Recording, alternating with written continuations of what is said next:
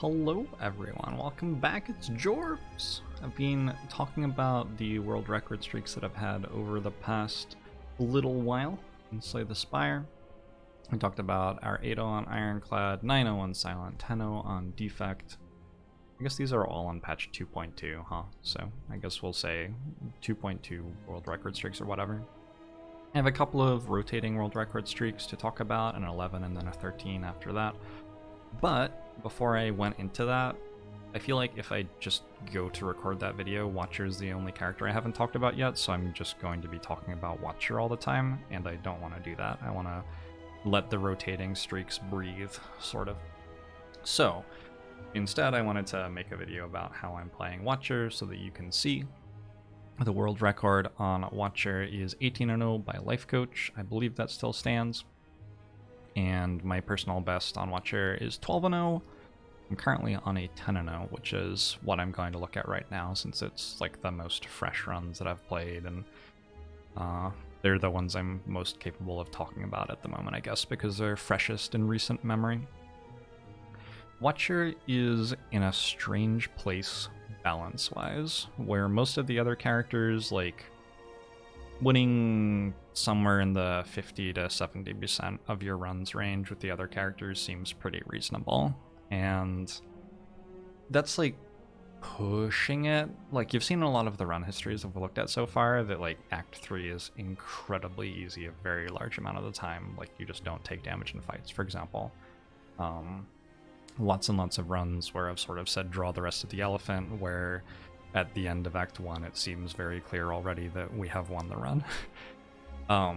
So you don't want that to happen in your game when people are playing it, right? You want people to actually be engaged with the game the entire time through, not to have played the game for 30 minutes, have a very high confidence that they've won already, and then still have to click on buttons for another hour and a half to actually have the run finish.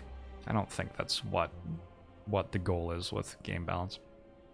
Watcher, I think, very comfortably fails at the goal of having a balanced run, and I've just not enjoyed playing Watcher since she was released. For the most part, she's by far my least played character, and when I do play her, it's often like in a pretty memey way, or trying to fight every single elite, because I mean, well, it's like half the time that wins for what it's worth, but also it's like more fun, and if I get unlucky with it, I die, and then I can go to the next character, sorts of things. So I wouldn't say that over the past year I've been the best Watcher player in the world, nor have I really super been trying to.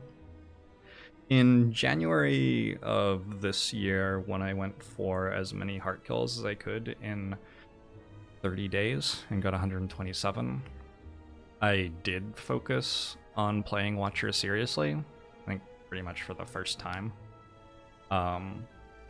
And so I feel a lot stronger on Watcher now than I was before.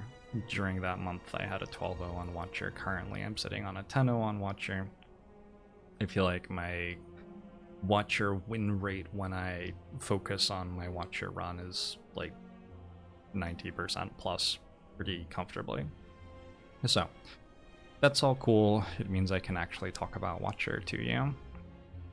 One of the weird things about discussing Watcher's strategy, I've noticed this talking with people on my chat and also like even talking with other players, is that Life Coach like sat down and played Watcher for 2 months straight pretty much. He played like 6 to 8 hour long runs. He had the people in his chat like giving him ideas and double checking his math and everything, and he won 47 out of 50 runs on Watcher, which is incredibly impressive. Way to go, Life Coach, yay. As a player of this game at a high level, I've never thought that that was like unreasonable though. Like, I've never thought, oh, Life Coach did that, therefore this is the right way to play Watcher. You should just copy paste what Life Coach did. To me, it was always like, yeah, Watcher's incredibly strong, and if you focus incredibly hard on winning with her, spend 6+ hours per run, have people double checking so you don't make mistakes, it's hard to understand why you would ever lose. So for me, that's more like, for me it was more like okay, that is what Watcher looks like if you play her pretty well. For me to have that sort of success on Watcher, I'm going to have to internalize the character enough to get to a point where I play her pretty well in like 2 hours without people double checking my work, because I don't, like, I get really pissed off if you tell me that I'm making a mistake. I want you to let me make mistakes. I want to feel like I'm the one winning the run. So when there was like a year where I basically didn't engage with Watcher very much at all. I like left her out of the rotation a decent amount of the time. If I was like 3-0, I'd play Watcher at the end to try to get a world record rotating streak, but if I wasn't 3-0, I'd just leave her out because I didn't feel like playing her basically. And there were lots of runs where I just didn't play super seriously. My last loss on Watcher, actually, this one, was like actually me memeing around on Watcher. This was obviously after January. I stopped playing Spire as much, and I in particular stopped playing Watcher as much.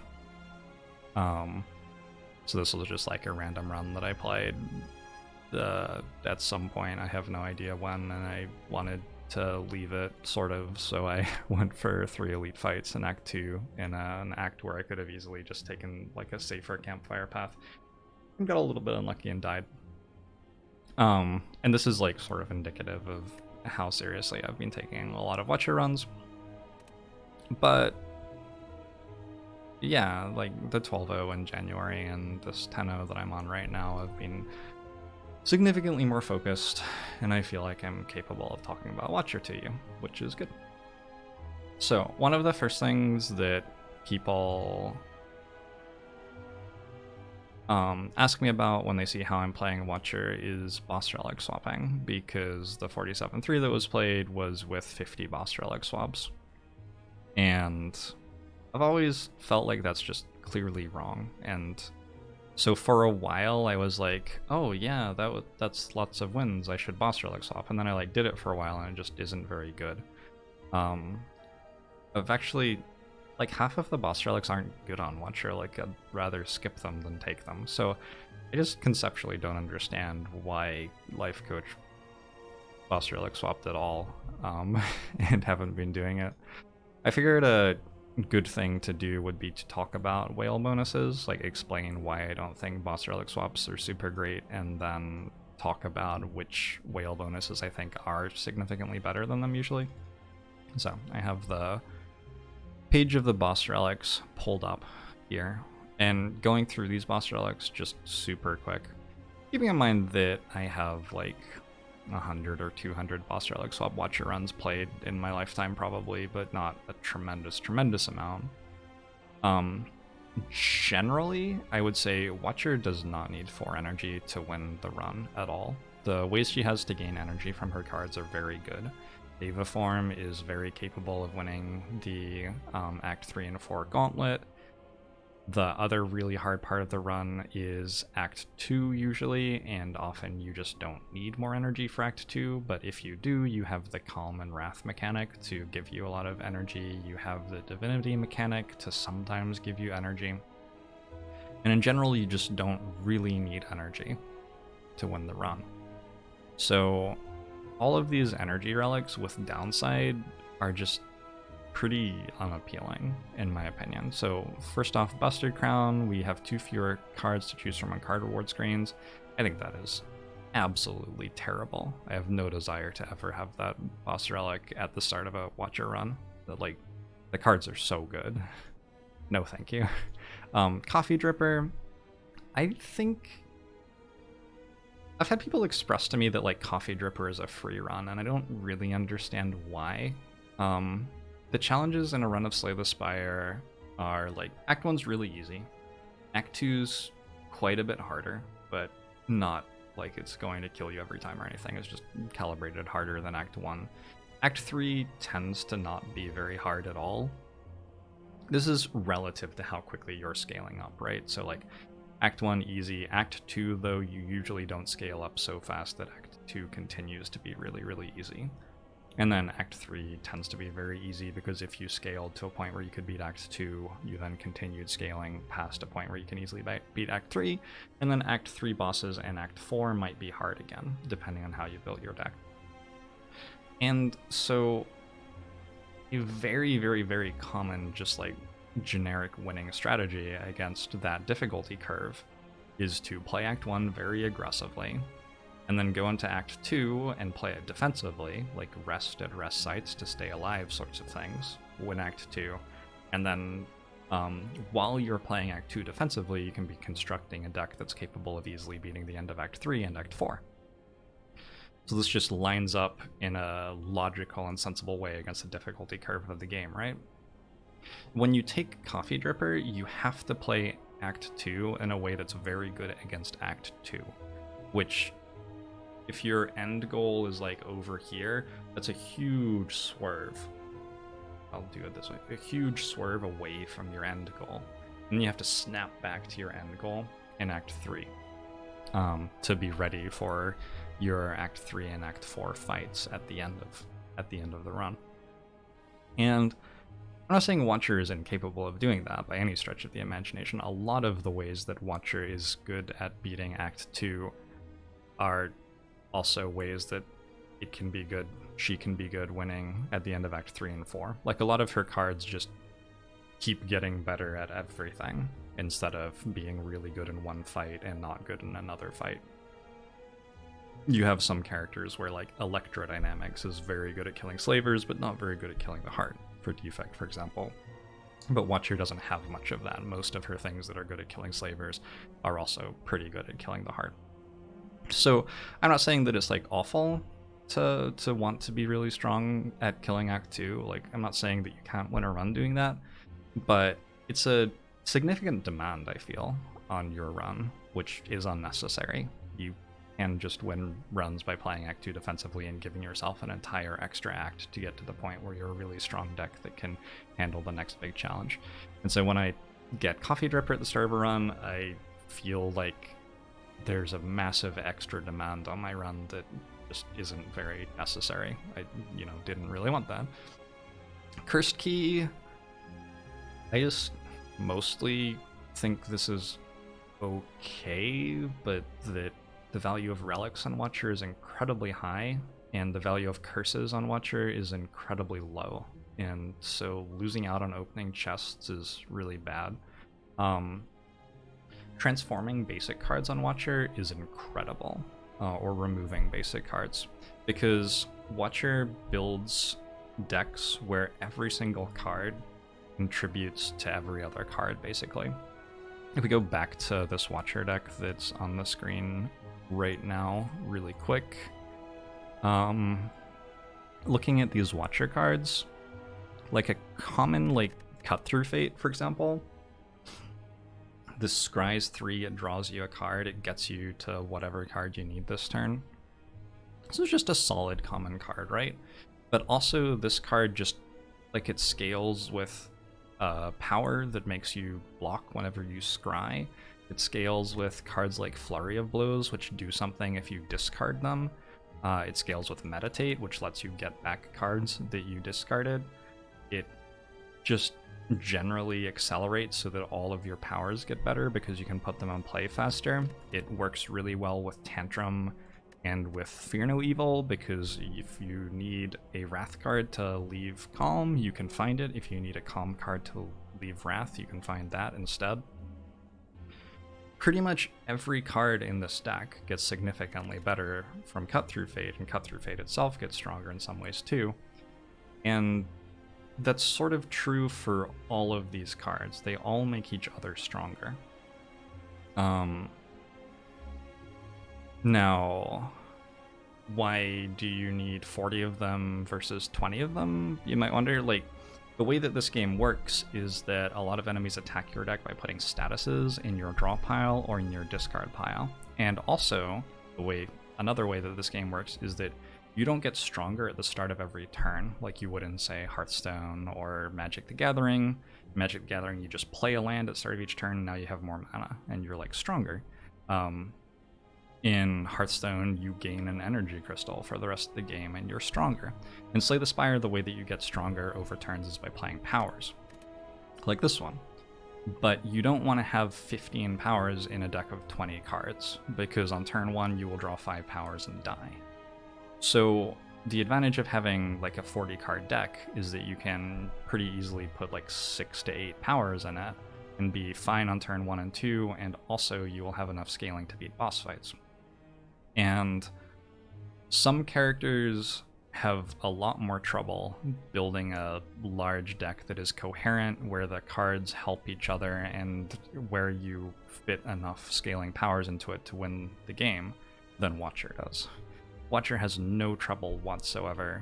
Like, also, all of her powers scale with each other, basically. Foresight, Scries, that's awesome. Mental Fortress, whenever you change stances, you gain 6 block. That rewards you for taking stance-changing cards. It also rewards you for scrying. It also rewards you for having more card draw, which Rushdown does. And then Rushdown likes Scry because the cards that you draw will have higher value. So, yeah. All of Watcher's cards help each other out, and they all make each other stronger. And they're all pretty solid cards in their own right. And because of all of these things, strikes and defends on Watcher are really bad. If you could have a hand with 3 defect cards which scale each other, and a strike and a defend, that hand would be really good. It would be hard to have a hand that was better than that. You can pretty comfortably spend all of your energy this turn on those 3 cards, which help each other and scale, and that's sort of capping out what you can really expect a turn to do. You're going to play like Defragment, Loop, and Glacier this turn. That's a really good defect turn. You're going to play Electrodynamics, Core Surge, and Biased Cognition. That's a really good defect turn. But your 4 energy is gone, the other 2 cards didn't matter that much. With Watcher, though, these cards that interact with each other and scale with each other, like some of them are costing 0, like Flurry of Blows and Weave are very good examples. A lot of them are drawing more cards for you, and a lot of them are making you more energy. Palm makes you more energy. Collect is a way to completely unbound how much energy you have in a fight. This isn't a Deva form run, but Deva form also completely unbounds your energy. And so because of that, drawing 5 Watcher cards which interact with each other is very, very commonly much stronger than drawing 3 Watcher cards that interact with each other. So you really want to get rid of your basic cards as Watcher. And so, having made that point over the course of like 10 minutes and going back to this screen, when you take Cursed Key, oh, I only made half of the point. The other half of the point is like every relic that Watcher can get interacts with something in Watcher's deck. Watcher card spams. Watcher likes to have defense available to her, of course. Watcher benefits from energy all the time, benefits from card draw all the time, benefits from being protected from all 3 of the debuffs, benefits heavily from energy on turn 1, benefits from dealing damage when she plays skills. Like, it's really hard for Watcher to find bad relics. Even the Boot is a good relic for Watcher because you have Flurry of Blows. I'm a little bit insincere there, but actually the Boot plus Tantrum has probably won me at least one Watcher run that I would have lost without it. So when you take Cursed Key, you're losing out either on relics, which are really good with all of your stuff, or you're losing out on the ability to card remove strikes and defenses aggressively because you're going to remove curses instead. And honestly, that just doesn't really seem worth it to me. Ectoplasm can no longer gain gold. You get so much value from gold on Watcher. Watcher has Wish, which lets her turn easy fights into a gain of like 60 gold. So you're talking about losing multiple relics over the course of a run, multiple card removes. This makes you weaker. Fusion Hammer, you can no longer smith at rest sites. Like, no. No thank you. So Watcher has a lot of upgrades that just make a card cost 1 less energy. Your quite rapidly going to stop benefiting from Fusion Hammer more than you would benefit from upgrades on cards that you're regularly playing. Because not only does like your Eruption go from costing 2 to costing 1 when you upgrade it, but also your deck has Meditate in it to get Eruption back, your deck has Scry in it to scry through to get Eruption back. Yeah, no, I don't want this relic. Philosopher's Stone. Enemies attack me more, and I gain an energy at the start of each turn. This one's like... I'm a little bit more chill with this, because enemies die before they get to attack you anyway as Watcher a lot of the time. So this is a little bit more exciting to me. This is... yeah, but like still not tremendously exciting. Runic Dome, gain an energy at the start of a turn. You can no longer see enemy intents. I think Runic Dome's actually mostly fine on Watcher. I would need to play another 50 runs with Watcher with Runic Dome, but I think Watcher, other than wanting to stay in Wrath sometimes and needing to know if an enemy's attacking or not, which is a real thing, like that definitely happens sometimes. Other than that, I don't think Watcher actually cares that much what the enemies are doing, compared to other characters. So I think Runic Dome's probably like, okay, sure, whatever. Slaver's Collar is... Gain an energy during boss and elite combats, like, sure, that's like, okay. Sozu, gain an energy at the start of turn, but you can no longer obtain potions. I think this is not desirable in any way. Potions are very, very strong. Watcher's potions are really good, like Stance Potion, Liquid Memories, Divinity Potion, Ambrosia it's called. All of these potions are incredible on Watcher. This is... Occultist Potion as well is often a really easy way to kill Time Eater, which you might have trouble with otherwise. Yeah, this is a very, very significant drawback. Velvet Choker. Velvet Choker is like, ugh, I want to vomit. I do not want this relic. So Flurry of Blows and Weave are incredibly, incredibly strong, and I just can't play them anymore, basically. Double Omniscience is one of the simplest ways to guarantee a win, and I basically can't play it anymore. This is just not... This is massively nerfing your ability to do strong things on Watcher. Watcher can very easily play 10 plus cards every turn, like every run, without trying very hard. None of the other characters can really do that, but Watcher can and wants to, and it sucks to not be able to. And those are the energy relics. That's what, 5, 6, 7, 8, 9, 10. 10 out of these relics are energy relics, and I don't think any of them are very good. 18. So there are 18 boss relics in this pool. Well, there are also class-specific ones, right? But you can never hit Holy Water, so it's just Violet Lotus. Violet Lotus is okay. So over half of your hits are energy relics that I don't want very much. The cost of this energy relic is you lose a miracle in your starting hand, which gives you 1 energy. Keep that in mind because it's really important. A ton of Watcher's fights that are impactful to the run are hallway fights where enemies attack you hard, and elite fights where enemies have like 50 health. And these fights tend to end by like turn 2 or 3. So you're only giving up like 1 or 2 energy in these fights when you consider that you have a miracle in your hand that you can play on the right turn anyway. Which you lose if you do this stuff. The miracle also serves to be a skill to activate Crushed Joints or proc Orange Pellets or whatever. The miracle's generally pretty nice. You can discard it with Gambling Chip. Okay, so those are all the energy relics. For the sake of like including this, I'll look at the other ones too. I think like Sacred Bark's fine. I don't hate it. I don't love it. I don't really want to give up my Miracle and Whale bonus for it. I think Snecko Eye is actively bad on Watcher. I do not want this relic. The beautiful thing about Watcher is that so many of her cards are good. When you go into a card board screen, your deck is almost always going to get stronger. and the rate at which it gets stronger is very easily enough to win the game. So when you take Snecko, all of a sudden a ton of your cards aren't good anymore. In particular, Flurry of Blows and Weave are both quite bad, which is very upsetting because those cards are tremendously good. All of your one-cost stat swapping cards stop being able to be energy neutral on average, which is very upsetting. Basically, Snecko Watcher ends up needing to hit certain strong cards to build turns around, instead of being able to just win with any combination of Watcher anything, which is, I think, quite bad. I don't remember the last time I took Snecko on Watcher, but I'm pretty sure it was a bad experience, and then I said I was never going to do it again. Runic Pyramid. Runic Pyramid, very, very, very strong relic. It's awesome. It is just, it's weaker on Watcher than any of the other characters.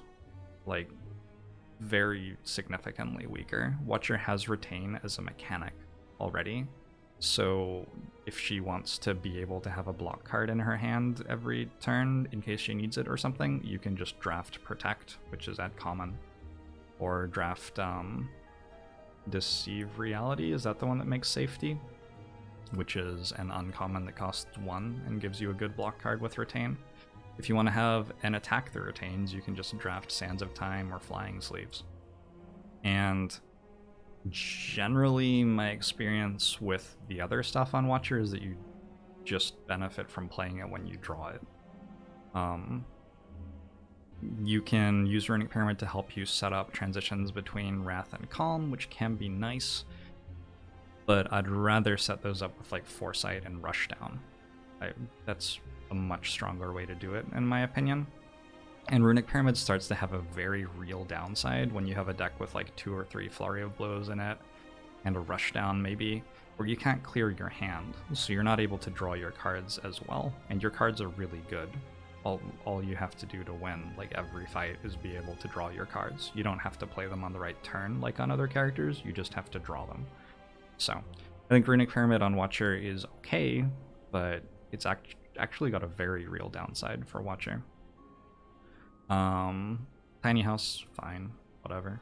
I'd rather have Tiny House than a lot of the energy relics. Like, I take Tiny House on Watcher fairly commonly because I don't want the energy relics. Pandora's Box is the gold standard. This is your absolute dream. Getting 8 Watcher cards instead of your Strikes and Defends is awesome. Same goes for Astrolabe, just like a slightly tempered version of Pandora's Box, basically. And Empty Cage isn't that bad either. The thing about your basics as Watcher, I talked about this with Cursed Key a little bit, I guess, but basically all of your commons and uncommons make each other stronger, and so having Strikes and Defends in your deck very significantly weakens your deck. And so any relic start that's going to get you closer to not having a bunch of Strikes and Defends in the way of your commons and uncommons that make each other stronger is going to be really, really good. Especially when it gets you a head start on having all of those commons and uncommons that make you stronger, like Pandora's Box and Astrolabe do. Black Star's great. I don't think you lose many Watcher runs that you start with Black Star. Watcher's just able to completely devour Act 1 elites and also scales incredibly hard off relics. I would say that this is definitely in the top 25% of your results when you boss relic swap as Watcher. And like Calling Bell's, I think, okay. I don't know if I would generally like this more than the Best Whale bonus. Probably not. The thing is, it gives you a common, uncommon, and rare relic, and that's really nice, but I really, really, really don't like having dead cards in my Watcher deck, like this curse is. Like, it very much weakens your deck, incredibly noticeably. Your deck gets exponentially stronger when you remove a strike as Watcher, or a defend. Like, you can remove either, it doesn't really matter that much, but the ability to draw Eruption and Vigilance in the same hand more often is such a huge deal. So, that's my opinion of all of the boss relics, and basically I don't like almost any of them. So, I really have no idea why, like, trading boss relic on Watcher makes any sense. It does just, there's no logical argument to it that I understand. I just can't. When you look at the whale blessings, to give you an idea of what I'm hoping for, I'm just hoping for anything that gets me a head start on snowballing the run. I'm not looking for something that might be useful like late game. Like, I'm never taking max HP, for example. Like, who cares? What I'm looking for is the ability to path through Act 1 as aggressively as possible and also be strong enough to not risk dying in Act 2. So, like, never max HP, gross. Never enemies in the next 3 combats will have 1 health, no. You might be thinking, well, I can snipe an elite with it and that'll help me. This probably, if you have an elite fight that you can almost guarantee that you'll reach without getting a question mark hallway fight, this is probably still only worth like 20 HP. And that's if you have the elite fight. So it's like worse a rest at a campfire or something. And very commonly Watcher doesn't even have to rest a single time in Act 1. You can just walk through the act upgrading everything and you just don't take damage. If you get like any potions that are good at all or anything like that, your Act 1 usually doesn't need a rest. So, generally not doing that. Remove a card's like, I would take this over Monster Relic swapping probably, but I don't remember ever taking it. There's like almost always something better. Transforming a card, this is excellent. Nothing wrong with that at all. Upgrading a card, I tend not to. The general impression I've gotten is that other people think that Eruption is a very, very important upgrade for Watcher, and it's a thing that I've never understood, really. Because when you play Eruption, Eruption costs 0, basically. You play Eruption to leave calm, like, very, very, very commonly, unless your deck isn't working properly. And your deck isn't working super well in Act 1 always, but if you're sensibly building your deck, you very quickly reach a point where you play Eruption to leave calm, and so you have tons of energy that turn because you've left calm and it's given you 2 energy. On top of that, if you're building your deck, at least the way that I am, your deck generally ends up with like a Crescendo and a Tantrum and other cards that let you enter Wrath that are cheaper than Eruption is. And also Tantrum gets shuffled back in your draw pile every time you play it. And so the Eruption upgrade also like very rapidly gets counterfeited by other cards that do the job better. And you can like draw those cards instead of Eruption using Scry or whatever. So I don't generally think that the Eruption upgrade is super useful, and yeah, just don't super recommend going for upgrade a card as a priority. I don't tend to go for choosing a card to obtain. Like, it's fine. I think the amount that you get stronger by getting rid of a basic card is more than the amount that you get stronger by having a card reward screen, though. So, like, this is fine, but not usually my priority.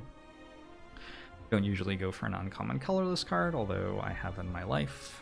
I don't usually obtain a random rare card. My goal is to take a whale bonus that very consistently makes my deck stronger. So the high variance whale bonuses, like the boss relic swap, like the random rare card, like the take a curse for a random rare relic, these are all high variance boss swaps, which I just don't think there's much reason to take them. Because I think, again, an average start is almost always going to win. So having an above average start doesn't have very much value at all, and having a below average start is like sort of the only thing that you're trying to avoid. So don't really want to obtain a random rare card and get a Master Reality and have a Slimed in my deck for the next 2 acts, right? That's just one of the plausible ways that you can lose a Watcher run, and so not something I'm super excited to do. Random Common Relic is great. Probably not as good as transforming 2 cards or anything, but pretty good. Receiving 100 gold is okay, that's fine. Go to a store, remove a card, get a potion or something. Getting random potions, generally obtaining 3 random potions is not super useful. I want a lasting bonus, right? And so obtaining 3 random potions might make me more confident in a path with like 5 elites through Act 1. Maybe I could do that if nothing else was good, but usually this is not really what I want. So again, like transform a card. and random common relic, I would say, are the best options from the first two whale bonuses. And then the third blessing has a downside and an upside. And I would say of these downsides, losing max health has almost no cost. Losing all gold has very little cost. Obtaining a curse is awful. I do not want to do that. And taking damage is pretty bad. It's significantly worse than losing max health. You're using your health in Act 1 to snowball into a very fast advantage, and the advantage that you gain out of spending your health to get relics and stuff is going to be significantly more than 7 max HP. So generally, like, losing max health or losing all gold are fine and easily justify whatever you're getting. Obtaining a curse and taking damage are much less exciting. You'd need a good reward to justify obtaining a curse. You'd need a good act path plus a good reward to justify taking damage. And out of the rewards, transforming 2 cards, incredible. Gaining 250 gold, very good. Go to a store. Choosing a rare card to obtain, I think you hit on this more than 70% of the time. And by hit, I mean, like, get so strong that you win the run, basically. So 30% of the time you still have to do something else to win the run, but I think most of the time you just hit so hard that you win the run on floor 0 if you take this. Lesson learned exists and is really, really good, and then a lot of other cards are very good too. Butcher wares aren't actually that insane. Maybe slightly less than 70%. Choosing a rare colorless card to obtain, I think like half of the rare colorless cards are very good. Hand of Greed is probably the best one you can possibly hit, although there are a good number of other ones that are run-defining strength cards, so that's okay, but not my favorite. I'd rather have a Watcher rare than a colorless rare, and much prefer to transform 2, and probably prefer to gain 250 gold. Obtaining a rare relic is, like, okay, as long as I'm not paying too much for it. This is a chance to win the run, which is going to brick sometimes. And max HP is completely irrelevant. So that's my general vibe on what your whale bonuses is. You're looking to transform cards, you're looking to get gold to spend on things that are useful, or you're taking shots at things that could potentially have very, very high value with little risk. So looking for your lesson learned on floor 0, looking for your incense burner on floor 0, stuff like that. Alright, cool. Let's go back to actually talking about these runs. Where's my thing? There we go. Okay, so run number 1, we do something at the whale. We walk into floor 1. I took an empty body over indignation, which I'm guessing that I got something at the whale that made indignation not exciting here. I think any of the cards that enter wrath are very good for 1 energy. Any of the cards that enter calm for 1 energy are very good. Indignation is not the best of the wrath entering cards, but it's particularly useful with omniscience. It's just usually pretty good. It becomes good toward the end of the run, and having a second way into wrath is very strong early in the run. Picking up your second way into wrath in Act 1 feels like leveling up for sure. You don't need it to win the run. You can definitely structure decks around Eruption a little bit more deliberately if you're not offered a different way into wrath, but it's exciting to get a second way into wrath. We got a strength potion, power potion, distilled chaos. I don't know which of those we actually took. Do I have a potion belt? No, I don't know what's going on. I got a tantrum on floor 3, so I guess rewarded for not taking indignation. Tantrum is just the absolute strongest thing ever. This card is insane. The thing about Tantrum is that not only does it deal 9 damage for 1 and scale insanely with strength or the boot, or and all that stuff. It also enters Wrath for you, which makes all of your other attacks deal twice as much. And you put it in your draw pile. So when you have a deck with Tantrum in it, you can choose whether or not to play Tantrum. You're almost always going to want to. And if you do, you've effectively made it so your deck has even more copies of Tantrum in it. And again, you almost always want to. So this is sort of like if the mechanic on Anger, where playing Anger gave you lots more copies of Anger in your deck, gave you the copies faster, and Anger was a way better card. Tantrum's just sort of obscene. Tantrum's very run-winning. Its interaction with Talk to the Hand especially is a very, very big deal. Looks like I gave current HP for something at the whale. Maybe because I wasn't like in a run right now, I was downplaying how strong giving current HP for a good reward is on Watcher, because I'm definitely taking 0 damage from all of these fights, and presumably I have like some really strong, probably like Transformed 2 or something. Probably have some really strong stuff going on my deck. We get a Flurry of Blows over Just Lucky and Devotion.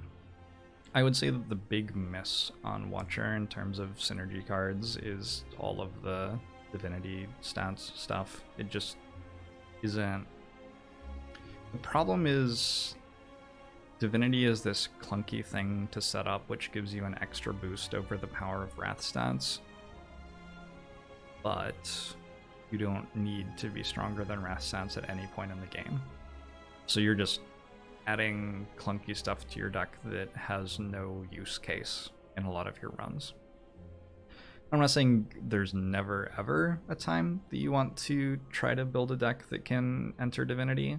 Blasphemy is a great way to do it. Although Blasphemy sort of stands aside from the other cards that enter Divinity for you. You can do things like Omniscience a Devotion Plus to sort of change the mode that your deck functions in.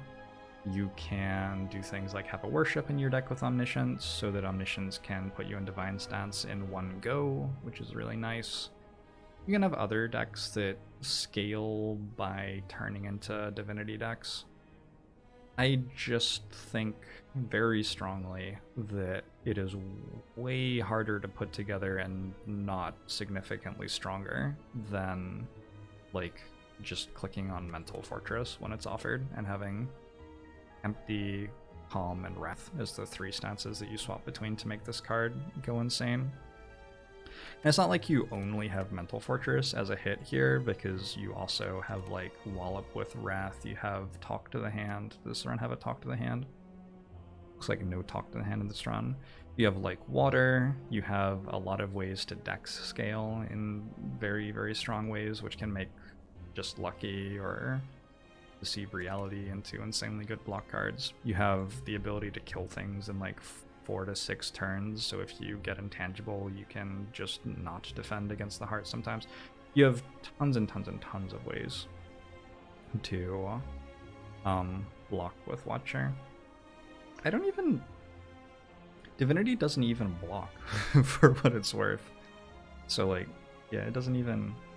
I was trying to like prove to myself and to the audience here that you didn't need Divinity because you could block in other ways, since that's like the only conceivable way you can die, since by breathing, Watcher is going to kill everything. Just by playing her cards, everything will die.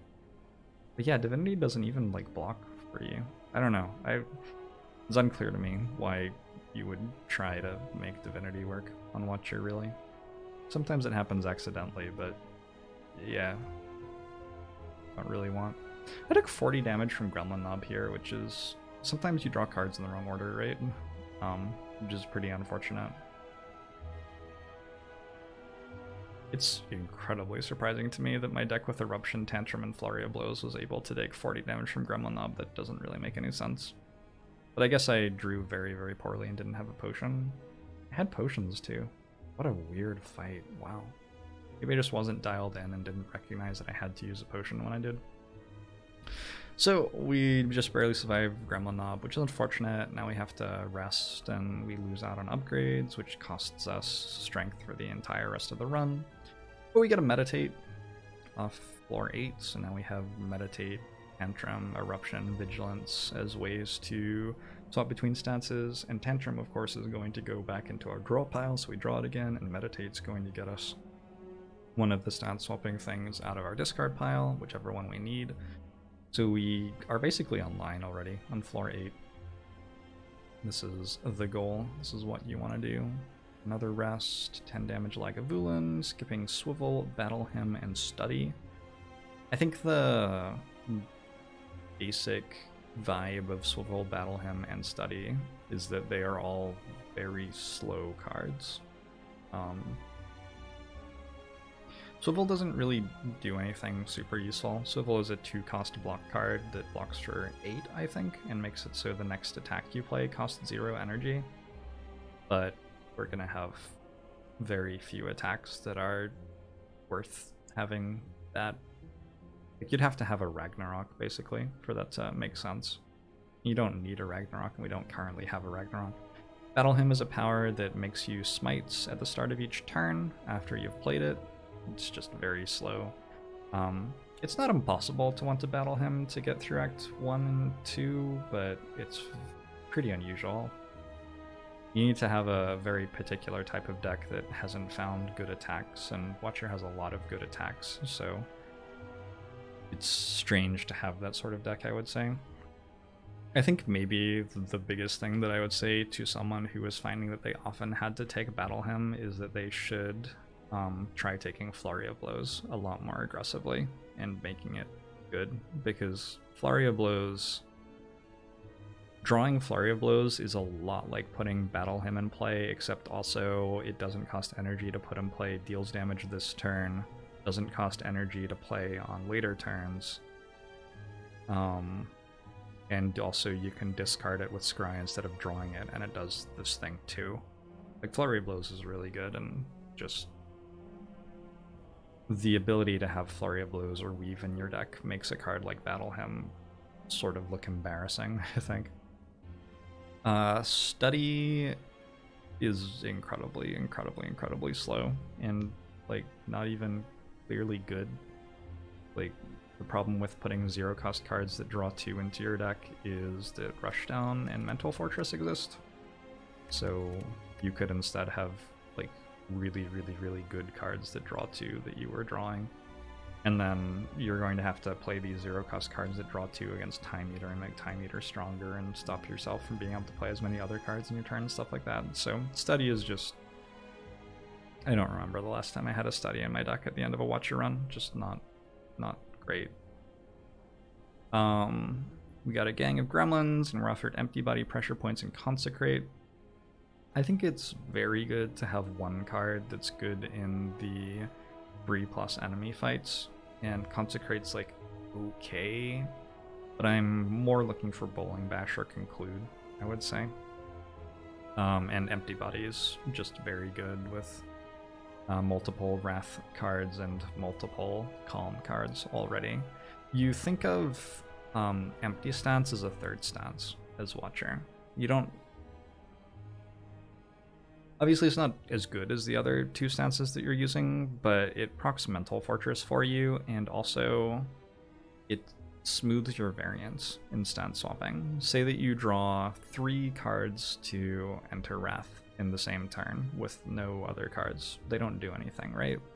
But if you draw 2 cards to enter Wrath and an Empty Body, now all of a sudden you are cooking with gas. Now you've got the ability to get your Flurry of Blows back a couple of times, maybe even 3 times, and you're double Wrath on it, so it's dealing 20 damage there. All of a sudden your deck comes to life when you have the ability to change stances in any way. And so if you build your deck out of only Wrath and Calm, you are maximizing for yourself the chance that you don't get a mixture of them. If you build your deck out of Wrath, Calm, and Empty, all of a sudden it's much less likely that you suffer the fates of injustice and turmoil and bad draws. I was going for a Shakespeare quote there, but I suffer the toils and misfortune of... I don't know. Is that Hamlet? I have no idea. Merchant.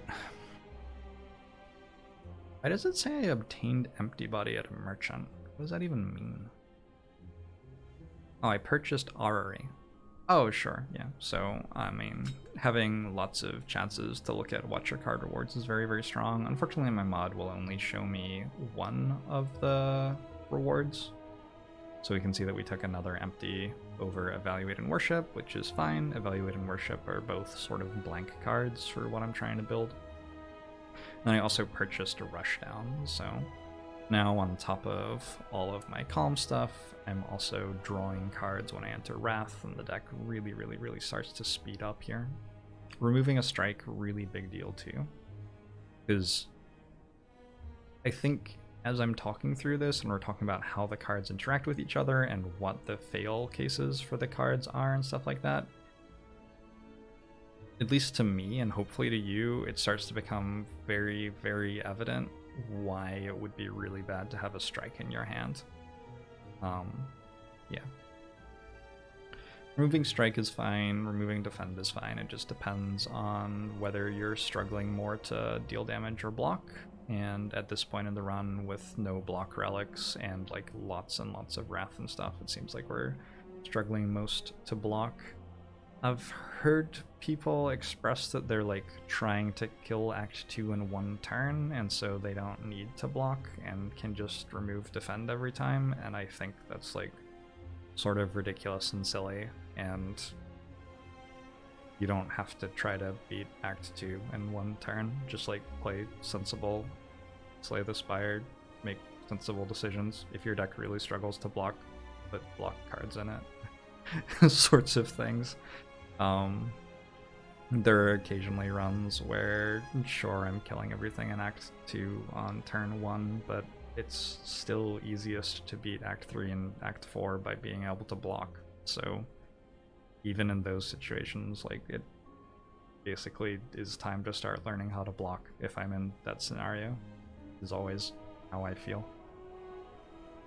At the campfire, we upgrade Eruption, which I'm gonna assume that that was good. I guess with Rushdown, upgrading Eruption becomes a much, much bigger deal because all of a sudden you actually need energy on the turns that you play Eruption, a lot more than you used to. And we beat Slime Boss very easily. We can Scrawl over Blasphemy and Conjure Blade. I think that makes sense here because when we play Scrawl, we draw so many Calm and Wrath cards which deal so much damage, including Flurry of Blows. We have the Flurry of Blows already, I believe, yeah. You can take Blasphemy here for sure if you have a deck that is going to struggle to deal enough damage to kill things, but this deck doesn't look like it does that. Blasphemy actually becomes a curse over the course of a run. It's a card that has a lot of power for Act 1 and 2, very specifically, but then by the time you reach Act 3 and 4, it's usually not that exciting. It can be used to like kill the Act 4 elites in one turn sometimes, right? But so can a lot of other cards that are going to be useful in the Act 3 boss fights and against the Heart. So even that use case for it isn't that exciting because you're probably like using Omniscience to fetch it or something, and you could have just used Omniscience to fetch something else, which also would have won the fight very easily. And we take a Slaver's Collar for the no downside, except for opportunity cost, energy in elite and boss fights, which is fine. This is definitely looking like a Watcher deck that wants more energy right now, which isn't super unusual. But it also isn't like, it isn't a huge problem because we can use upgrades to make cards cost less. We can take cards that make us energy, like Collect, and we can just go ahead and take a Slaver's Collar here for more energy in elite and boss fights. If I were playing a Watcher deck that didn't want energy right now, it might like have a Lantern and a Happy Flower already, perhaps giving it a lot of energy. It might have picked up a Toxic Egg to upgrade skills, making it easier to enter Calm and to get Collects. I don't know. There are ways definitely to be playing a Watcher deck here that doesn't care as much about energy. Probably it has more than one Flurry of Blows. It might have like Kunai and Just Lucky going on. It might have Fasting and Orange palettes already. there are lots of ways to not need the energy as much, in which case you can just do something else. But in this situation, I think the deck does need energy, and so just taking Slaver's Collar is fine. Yeah. Look at the next act. Take another empty body. How many empty bodies did I play in this run? 4 empty bodies. Which empty card do you want out of Empty Fist, Empty Body, and Empty Mind is like a little bit interesting. I guess in this case I'm just being offered Empty Body, so that's the one that I'm taking. I think generally Empty Fist is probably best in Act 1, and Empty Mind is best in everything after the halfway point of Act 2, pretty much. But like Empty Body is fine too. One of the like paradigm shifts in how I thought about playing Watcher, I think that helped me just like win much more with her, is I stopped thinking, if I skip here, will I find a better way to do this thing later? And thinking like, yeah, I probably will, and skipping the Empty Body. And started thinking, every time I take a card like Empty Body, my deck gets stronger, so I should take this. Which is more where my mind is now. I'm not saying that I never skip Empty Body by any stretch of the imagination. In particular, if the ratios on the types of stancers are off, and I like already have 2 empty cards and 3 calm cards, but only 1 Wrath card, for example, in that situation, taking an Empty Body would seem very bad to me. But in a situation where it seems like it can be useful, I'm just gonna go ahead and pick it up. We beat Shelled Parasite, pick up a Bowling Bash. Bowling Bash is like, I don't typically want more than 1 Bowling Bash, but I think that making sure that you take a Bowling Bash before the Act 2 Elite fights is going to make you win 10% more of your Watcher runs, pretty much. This card is, if you have a Conclude, you don't need it as much short, like there are other ways to do it, but this card is so good against Slavers, very good against Gremlin Leader. Yeah, this maybe deserves to be uncommon or rare, although you can say that about a lot of Watcher's commons, so it's not that unusual that it's like that. We purchased a Lesson Learned on floor 20. This is definitely the most aggressive possible place you can buy a Lesson Learned in a run. You might think like, oh, it's worse to buy a Lesson Learned on floor 30 than 20 because you have less time to upgrade your cards. And I'm not sure that that's actually true, because on floor 20 you're about to fight a bunch of Act 2 elites who are perhaps the most dangerous fights in the game relative to how your deck scales. Spending all of your gold on a rare that does very little in those fights isn't that exciting. On the bright side, for Watcher, Lesson Learned deals 20 for 2 energy because you get to play it on Wrath, so it's not even that bad of an attack, honestly. And obviously, once you have a Lesson Learned, you're now upgrading tons of cards as you go through the run. It's interesting to try to evaluate how much Watcher needs card upgrades. Like, you sort of need to upgrade Mental Fortress and Talk to the Hand, but it's unclear that you really need to upgrade anything else on Watcher. Maybe Foresight, maybe Meditate. A lot of the time, I find that I'm just upgrading the stuff that makes it cost 1 less energy on Watcher because I'm just like a little bit energy hungry and the other upgrades don't really do very much. Flurry of Blows is a very good upgrade. If you pick up a Flurry of Blows early, upgrading it is incredibly good because you play it so often after you've drawn it. But yeah, drawn it or discarded it. We get a Mental Fortress from Centurion and Mystic. At this point, the run's basically over, I think. We get another Mental Fortress from Chosen and Cultist and take 37 damage over 11 turns. What? That's so weird. I wonder what happened. Possibly I was like drinking and decided that I wanted to take 30 to try to get Lesson Learned off. I don't know. Thread and Needle and Foresight off Gremlin Leader. Foresight over Wallop. Foresight is... once you have played a Foresight, you basically never play a bad turn again for the rest of the fight. And the difference between Watcher's bad turns and good turns is tremendous. So you want to minimize the amount of the time that you have bad turns on Watcher, and Foresight does an incredibly good job of that. Foresight is like probably pickable on floor 1 over other good cards.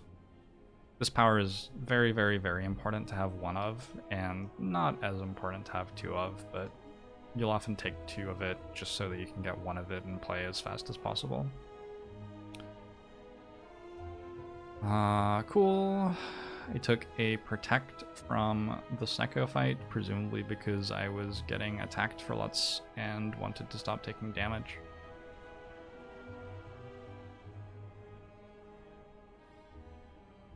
I don't know how I'm playing this run. I think that lesson learned purchase was pretty bad, and now I'm coming very close to dying because of it.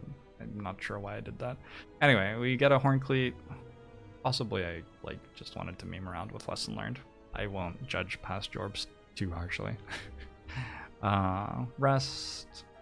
Kill these. Skipped the Like Water. I guess I'm not ending in Calm very often with the Tantrum, so that makes some sense. Follow-up I think is just a very bad version of Flurry of Blows, so not generally excited about taking it. Get to give away Brilliance at the Bonfire Spirits. Wait, is this a like choose a rare whale run where I got Brilliance and took 20 damage? Maybe it is. I probably didn't take Brilliance from Arari. Huh. Well, it makes slightly more sense that the run's not going super well. Yeah, if that's the case. I mean, Brilliance is okay. It's a strike plus early on in the game. Get Tori from the Slavers fight. Note that I'm skipping Blasphemy here. My deck just doesn't need Blasphemy. Already we're past the point where that card is useful. Get a second rush down from Parasite and Fungi Beast. Awesome. About the Collector, 0 damage, 13 turns. Now I have double Mental Fortress going on. I'm not going to be taking much damage anymore. Volt, Judgment, Devotion. Hopefully I don't have to explain that one too much. Volt is very good. Watcher, when she's playing good turns, doesn't take damage and kills everything very easily, right? So the ways that Watcher dies are if she doesn't get to play good turns. The way that happens are, it's very hard to make sure that turn 1's a good turn. So often, if you don't have like Bag of Prep and Anchor and stuff, you just don't have powers in play yet, so it's hard to have turn 1 be a good turn. If Time Eater is about to end your turn when you play 2 cards, you're going to have a bad turn. That's one of the big reasons that Time Eater is an enemy that's capable of being dangerous to Watcher. And other than that, you like have Foresight and have removed your basics, you're going to play good turns all the time. So Volt solves one of those problems. Actually, it solves both of those problems.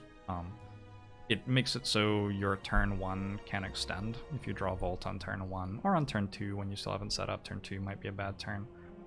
It gives you an entire extra turn to set up to make sure that you're playing good turns, so that's awesome. And then actually against Time Eater is really good too, because if you play Volt as the 12th card against Time Eater, you get to play another turn with the clock reset to 0, so. Act 3, take a little bit of damage from the Darklings. Darklings are spooky. We got a Foreign Influence by transforming Defend. Not incredible, but fine. I took Cut Through Fate over Wallop. I think that Wallop is it's a card that I thought was really, really, really good. It's like a dash analog for Watcher, where dash deals 13 damage and blocks for 13 when it's upgraded, and Wallop deals 12 damage and gains block equal to unblocked damage dealt. And like, the first thing I thought about Wallop was like, my supreme gamer mind is able to recognize that when you are in Wrath or Divinity stance, Wallop deals more than 12 damage, and so it is a really good card because it can block for a lot. And like, that's still true.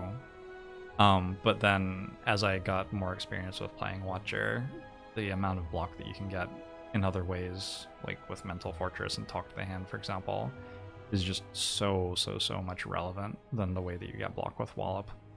So sometimes it makes the deck if the deck needs a little bit of help blocking, but a lot of the time I'm just letting it go and that's fine. Taking a Cut Through Fate over it here just to accelerate through my deck to the cards that I need. Skipping Crush Joints, Third Eye, Conclude. Seems okay at this point in the run. Taking a Wallop Plus. Seems fine. Like there's nothing super wrong with that card. I'm just not super surprised I took Cut Through Fate over it either. There was a time in my life where like I'd be like, oh, Wallop, this is a card capable of winning endgame. I should take it and try to make sure that it's good. And now I just do not even come close to thinking that when I see Wallop, because there are so many other ways to do it that are so much better. Get a Gremlin Horn. I'm actually surprised I didn't take another Flurry of Blows off Giant Head. I guess with double Rushdown, when I enter Wrath, I don't have hand space to draw my Flurry of Blows, which is one of the downsides actually of having 2 Rushdowns. So maybe that's why. I also don't have like a Kunai or a Shuriken or anything. I also still don't have a Talk to the Hand. Okay, yeah, I understand why I didn't take it now. That all makes sense. Skipping Bowling Bash follow-up Crescendo Plus, sure. Mind Bloom gave me Turnip, Cut Through Fate Plus, keep on scrying for the good cards. Skipping Bowling Bash, Study Far and Influence should be self-explanatory. Centennial Puzzle off Reptomancer, skipping Judgment follow-up Flying Sleeves should be self-explanatory, I think. Took a Collect Plus off of Writhing Math. Writhing Mass. Collect Plus is actually great for longer fights. This is just very good. Yeah, it's like if Outmaneuver were 3 times as good or something like that. It's quite good for a deck which can use more energy than it has, which this deck certainly is. Doesn't combo super well with Vault, unfortunately, or with Meditate, but, you know. Having the cards that end your turn when they are played in your deck makes it a little bit harder to take Collect for sure. Got the Boot from Nemesis, so it goes. 23 damage against Awakened 1, 15 damage against Nonu Deka. This is not a deck that's very good at having a strong turn 1, so it's unsurprising that it's taking some damage in those fights. We bought Anchor, a 3rd Mental Fortress, Lantern and Gambler's Brew, and removed Pain. Oh yeah, because I had to take a Pain from this treasure chest to get the blue key, because I took Cursed Key at the end of this act, which is, I mean, fine. Shield and Spear. Die dealing 9 damage to us, no problem. Took a Fear No Evil. I imagine I've been looking for another Wayne to Calm for a very long time in the last little while in this run, and Corrupt Heart dies fairly easily. So I would say this is like a somewhat below average Watcher run. None of the relics are obscenely strong, they're all just sort of like fine. We don't have a ridiculously strong turn 1. We got a Lesson Learned, but it was somewhat late and definitely didn't upgrade every card in the deck. We still have 5 basic cards, which is a lot. That means we only managed to remove 3 over the entire course of the run. Our powers are like okay, but we don't have a Talk to the Hand. Don't have a Deva Form, don't have Omniscience Chains going on. The really strong stuff in this run is the Double Tantrum, Double Rushdown, Triple Mental Fortress, and the Foresight to set that up. And then the other cards are basically supporting it, and you know, that's fine. It's enough to win. But I would say that this is a below average Watcher run. Alright, run number 2. Double Omniscience. This one's stronger. Double Omniscience, Bottled Lightning. This one's a lot stronger. Alright, anyway. We get the Flurry of Blows on floor 1, so we are already online. Transform to Defend into a Swivel. Unfortunate, not really what we want. Taking a Flying Sleeves over Sanctity and Sash Whip.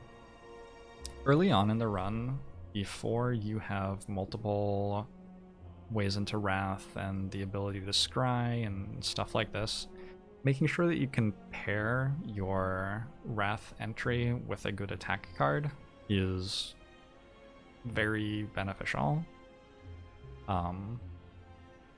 And so you do that either by like taking Crescendo, which has Retain on it, so you can choose which turn to enter Wrath, or by taking a Retain attack, so that you can make sure that you can choose which turn to play your Retain attack, right? So you play it on the turn where you enter Wrath.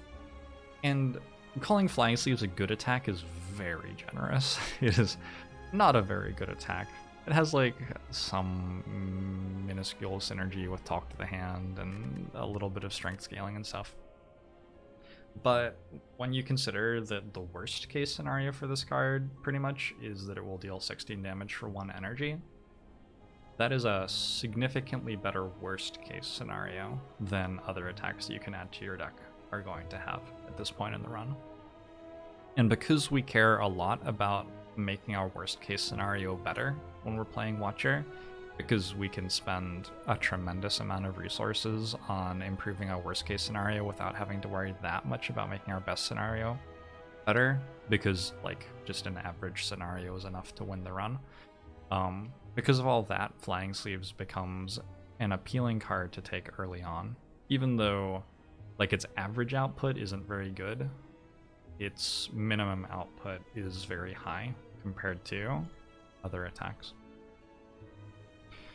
I'm not saying take it all the time or anything, I'm just explaining why I took it over Sash Whip here, basically. I wouldn't take it over.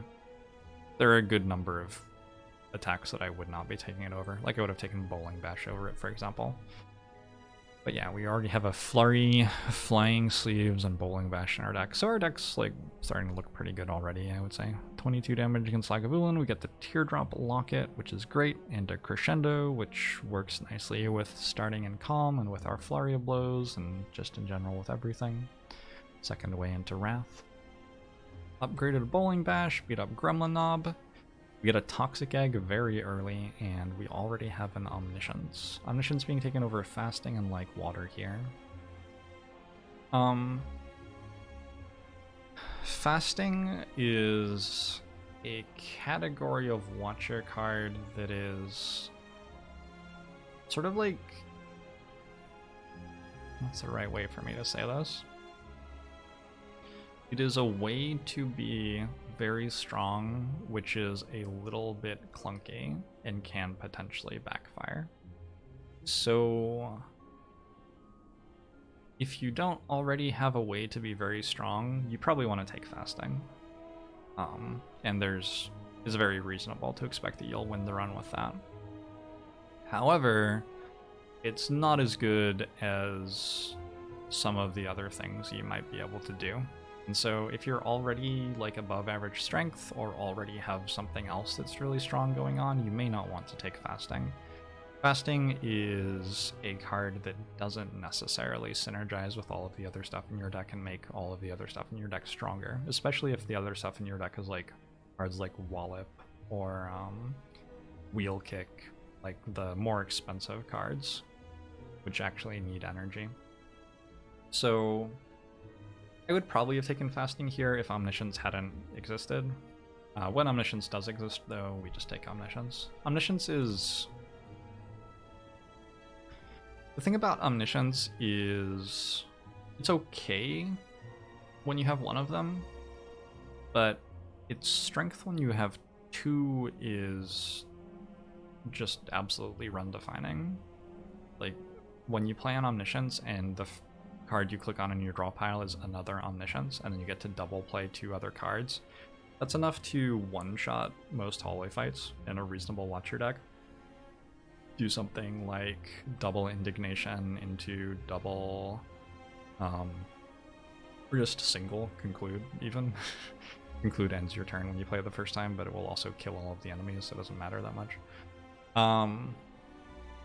Do things like double Mental Fortress, double Talk to the Hand, double Foresight, double Mental Fortress. It also serves to like tutor for the card that you need most in this fight, as well as doubling how many of them that you have effectively in the deck. So if you're in a fight where you desperately need to get Scry going early, you get Foresight with it. If you desperately need block early, you get Mental Fortress with it. If you desperately need card draw early, you get Rushdown with it. Card's very, very good, and the fact that you can have multiples of these cards is why it's even more important to take it early. Because on top of like seeing a second one naturally, there's also the chance anytime you go to a store that you get the card that Dolly's Mirror, the relic in the store that lets you duplicate a card. There are events in the game that let you duplicate a card. So we've got the one Omniscience going. Omniscience doesn't really change how I'm thinking about making my deck in any way.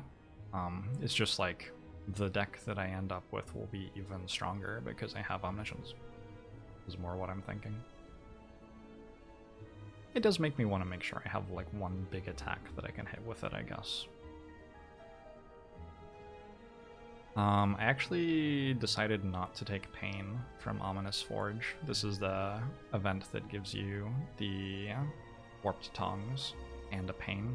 And I guess with Toxic Egg already, I just felt like I didn't even need that relic. And the Pain is very significant, especially going into a double elite fight with 41 health. Yeah, definitely very significant.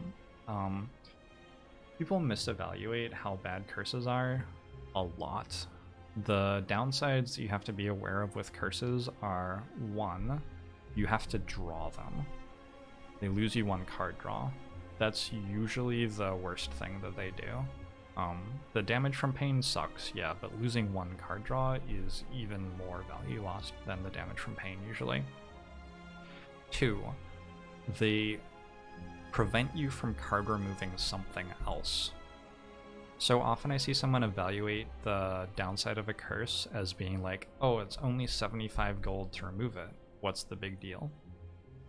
But if you think about the situation that you're in, after you pay 75 gold to remove a curse, you have one more strike in your deck for the entire rest of the run. So you're not only paying 75 gold to remove the curse, or maybe like you're sort of paying 75 gold to turn the curse into a strike, almost, when you compare the two universes that you could be in. You could be in a universe where you had no strike in your deck, or you can be in a universe where you have a strike in your deck. And the universe where you have a strike in your deck is way, way, way worse. So yeah, the value... The thing about card remove is it costs 75 gold at first, and then goes up by 25 gold every time, sure. But also that's a really good trade, usually. Usually you're really happy to do that, like very, very excited. And you can't do it over and over and over again in the store. You're only allowed it once per store. So you can't just be like, oh, I'll just use my card remove on it, it's no big deal. You were planning to use that card remove for something else that was really valuable already. So losing the ability to do that with it sucks a lot. So anyway, we just upgrade the Vigilance, sure, 0 damage from Sentries, cool, we got an old coin. This time we did take Fasting and a Colorless Potion. Fasting is, I mean, it's already starting to be pretty strong when you consider that we have a Flurry of Blows in our deck from the start of the run. So you don't really need that much more than that for Fasting to already be a very appealing card. Meditate Plus from Exordium Thugs, cool. Warpaint and Weave from Lagavulin. Weave is a nice card to combo with Fasting. I don't know if I have a Foresight yet. I think I do, right? Pretty sure I did take a Foresight already. Maybe I didn't. Maybe I didn't. That was last run, maybe. But yeah, you don't have to have Scry cards in your deck already to take a Weave. You might want to Weave in your deck before you super heavily take Scry cards, but that's sort of the order that you want to do it in. Cut Through Fate's pretty much always going to be really good. Third Eye is always a solid common, and when upgraded it becomes a legitimately good late game card as well. Weave is like, even if you only Scry once per fight, this card's already pretty much fine, and you expect it to get significantly better over the course of the run, so Weave is a really nice pickup. We upgrade Fasting, we fight Slime Boss, we take 0 damage, take a Volt Plus over Ragnarok and Master Reality, both of which are pretty much bricks. Ragnarok's a big attack, And having one big attack in your Watcher deck, especially when it's a Watcher deck with Omniscience in it, is very nice. So I'm not going to say that Ragnarok's a brick, but Ragnarok's not one of those cards where having lots and lots of them makes all of the other ones strong.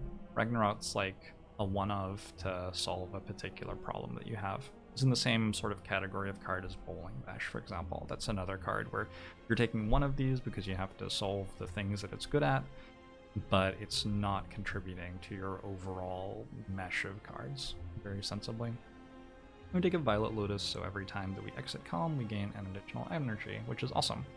I think Violet Lotus is very commonly the best energy relic that Watcher can have, so that's nice to have. Looks like over the course of the run, it made us 0.798 energy per turn, which I think is actually probably significantly below average. It looks like I didn't find a ton of ways into Calm in this run, so it makes sense if you consider that. But through Fate, Perseverance Plus. Perseverance Plus is, I mean, it's another one of those one-off cards, right? You can not take these cards and just hope that your general deck team is strong enough to win, but the purpose of Perseverance is to be very strong in the Time Eater fight specifically, and that's often the most dangerous or second most dangerous fight for my deck when I am starting up Act 3. I think taking a Perseverance in Act 3 to shore up that thing is pretty common for me. I'm not as excited to take a Perseverance in Act 1 or 2, for what it's worth. This is a card that I'm taking because my deck already feels strong enough for almost everything in the game, and one of the hardest things left is a fight that Perseverance is really good in. That's what's going through my head when I'm taking it. Talk to the Hand, cool. Talk to the Hand makes everything pretty free. I guess I didn't talk about Talk to the Hand yet. I have no idea. I don't understand.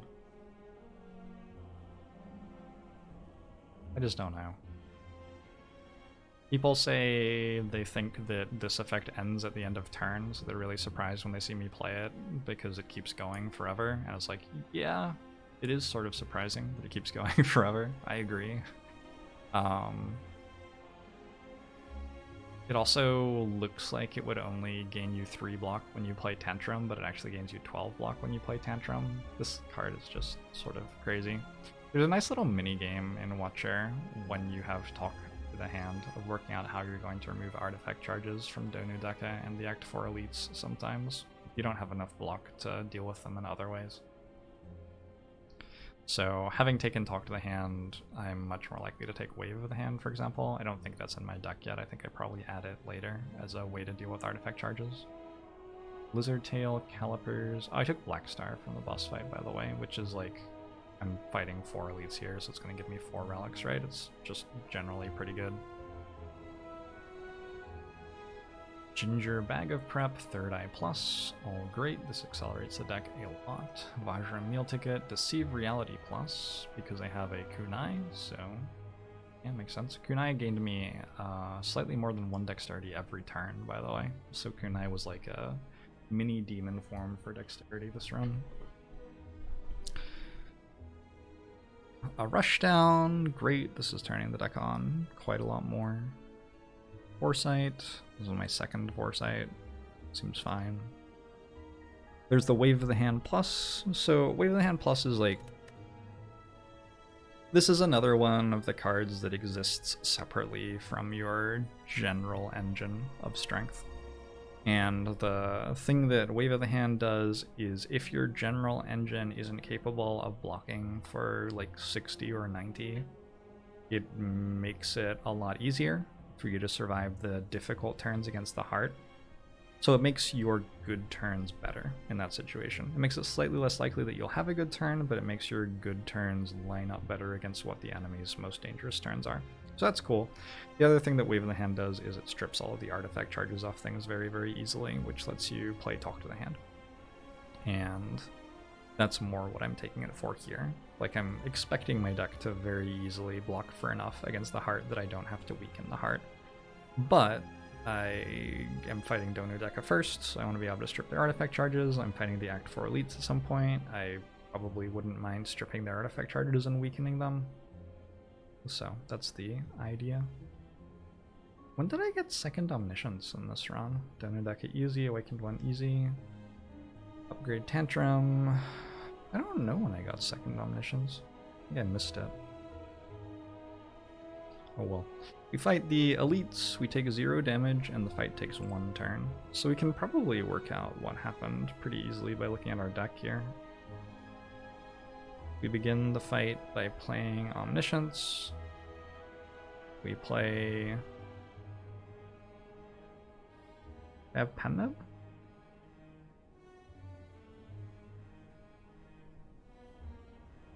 I'm gonna guess that this was double fasting, double tantrum, plus some other cards that were in my starting hand. I think that's the most likely way that it ended on turn 1, but yeah, it's not super uncommon for a deck with Omniscience in it to be able to kill things on turn 1. And I get Bottled Lightning to make sure that I have Omniscience in hand on turn 1 for the heart fight as well. Easily kill the heart. I've been enjoying playing Watcher a little bit more lately because this mode of like having a strong central theme to your deck, which is consistently achievable over like pretty much all runs, and having lots of support cards and one-of utility cards is like, it's just a fun way to build a deck. It reminds me of like deck building in constructed games, competitive Magic the Gathering and stuff like that. It doesn't feel that much like playing Slay the Spire, but you know, it's like okay. I wish that I lost more often.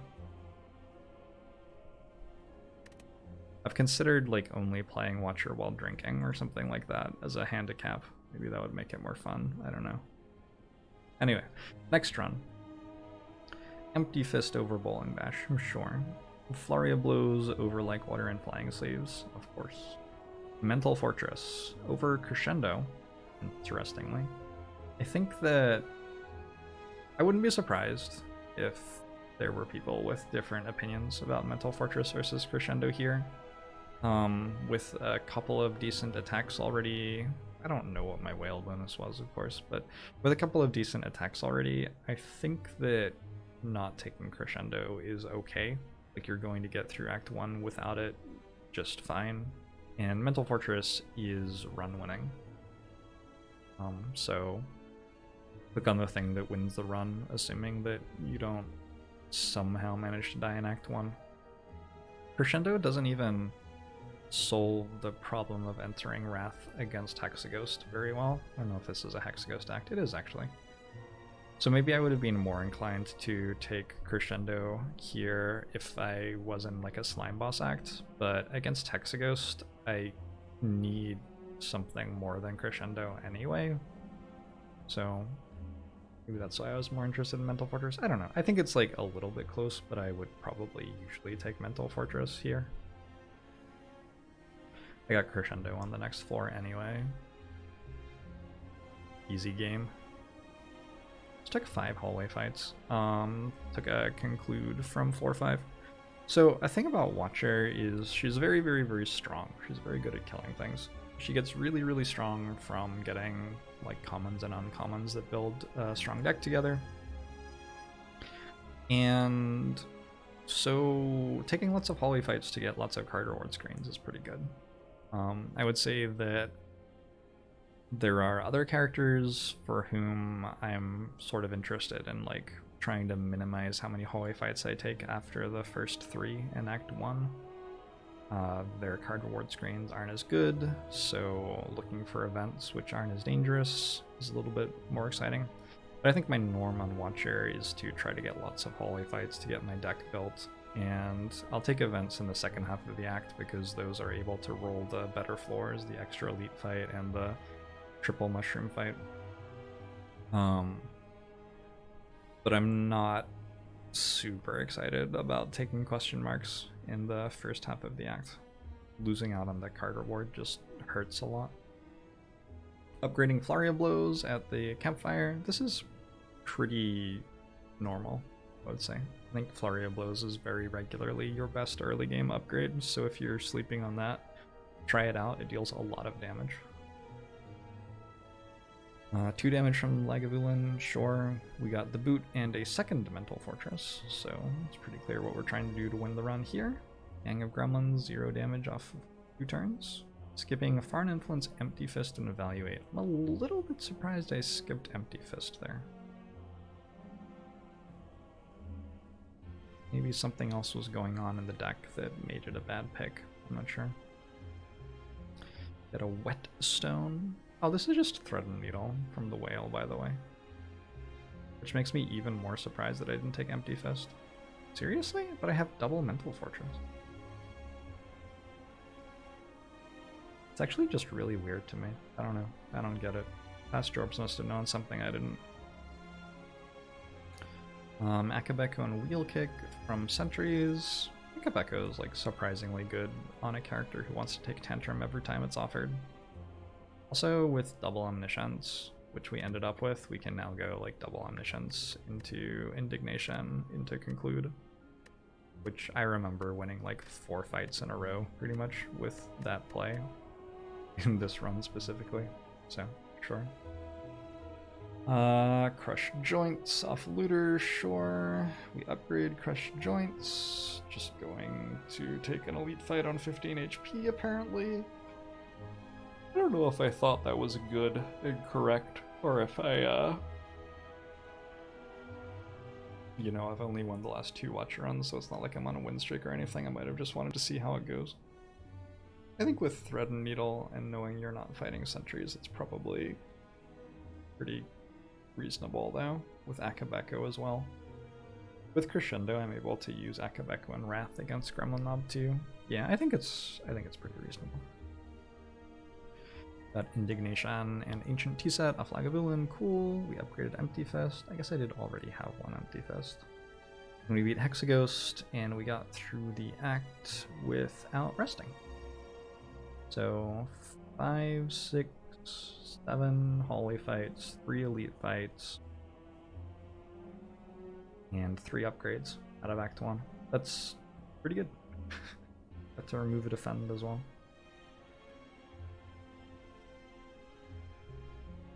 Hard to get Act 1's much better than that with any like reasonable consistency. This is, I think, the dream when you sit down to start playing Act 1, so well done us. Took a Scrawl over a Wish and Volt. Wish is a clunky but powerful card, I'll say. If you have a deck that can support it, it can be run breaking, but it can also just cause you to die to the Act 2 elites. There's also a thing it does where you can just like take it in Act 3 because the thing it does where it gains you strength is nice against the Heart or against Time Eater. And like the Plated Armor could be good against Awaken 1 or Donodeka or something. Like it can just be an okay card to play for its effect. It's a very expensive scaling card which doesn't scale particularly efficiently relative to energy cost, but sometimes you just need another card that scales in any way and you're okay with it being a bit inefficient. So those are my general vibes with Wish right now. I'm not super surprised that I skipped it. I think that Scrawl versus Volt is interesting. The cards do somewhat similar things, actually. At some point, Volt probably gets significantly better than Scrawl is. But going into Act 2, I think they do pretty similar things, and I think Scrawl will be better if you have lots of zero cost stuff going on in your deck, and Volt will be better if you don't, basically. So I'm not entirely sure what compelled me to take Scrawl over Volt in this situation, but yeah, I think these are cards that are fairly similar both in power level and in goal at this point in the run, so taking either of them is completely reasonable. And we got the Pandora's Box, which gave us Tantrum, Omniscience, Scrawl, Crescendo, Simmering Fury, Wheel Kick, and Third Eye.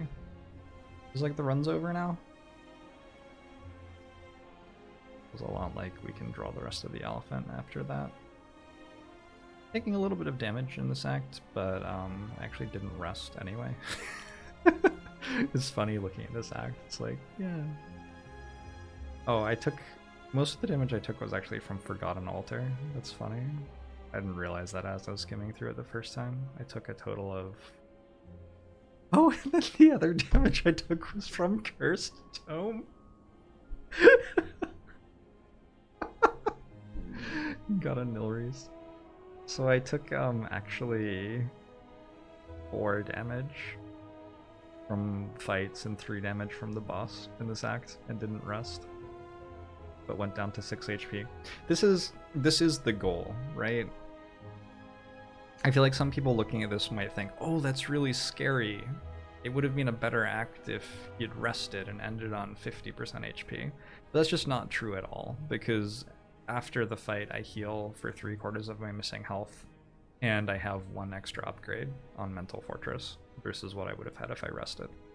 The goal is to basically go to 1 HP. Every time you have the chance to trade HP for strength going further in the run without dying, you want to do it. Now, obviously, the second that you do that so much that you die, you lose the run. And that's one of the beautiful joys of Slay the Spire, is you're skimming.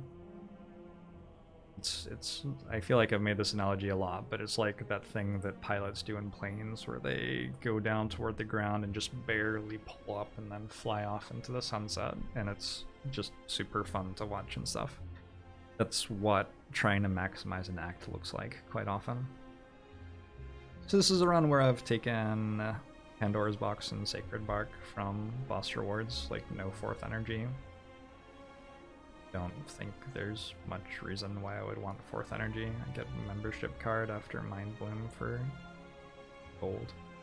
Yeah, I took Mind Bloom for gold and then got membership card. That's pretty OP.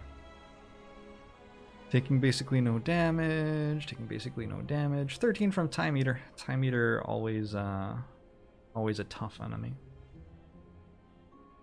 And I actually took 72 from the heart.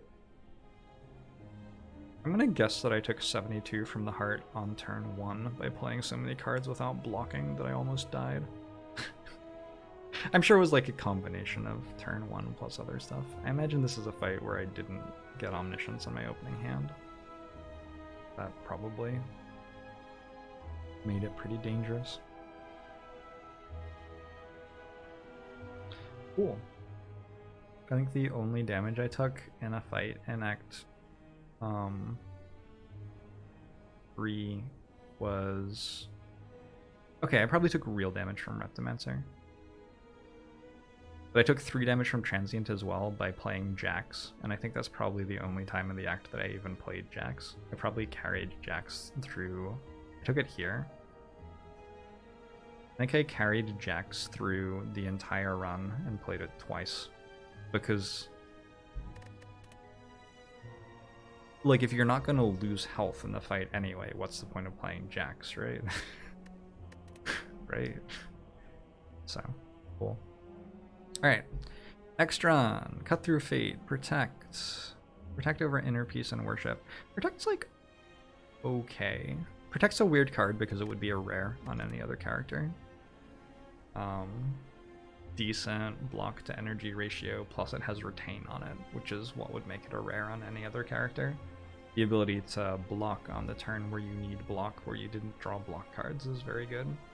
Of course, it's a card that slows down your ability to guarantee yourself a good turn every turn, so that is a significant drawback on it.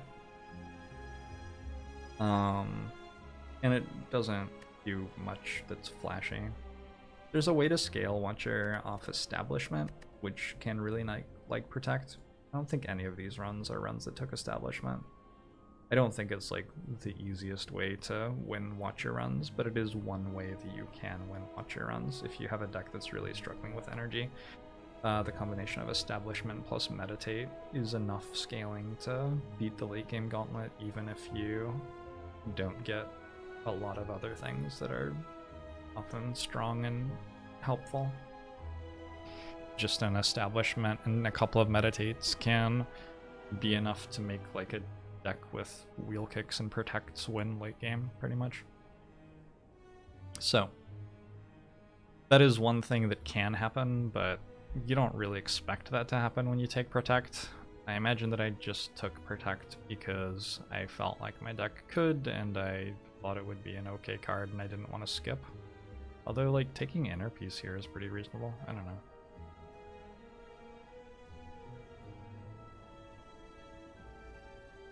Yeah, I don't know. Again, I'm curious about why exactly Past Jorbs does the things he does, but Past Jorbs did win a lot of watcher runs, and also probably either option's pretty good. So it's not like one of them is losing and one of them is winning. It's like both of them are 95% plus chance to win the run with any reasonable play from here on out. Took a Sash Whip over Consecrate, needing damage for fights. Ignored the Serpent, took a Crush Joints over another Sash Whip. So we got the Crush Joints Sash Whip pair here. These are attacks that are like okay. They're definitely not necessary to have in your deck, but they're a nice little mini boost. It's like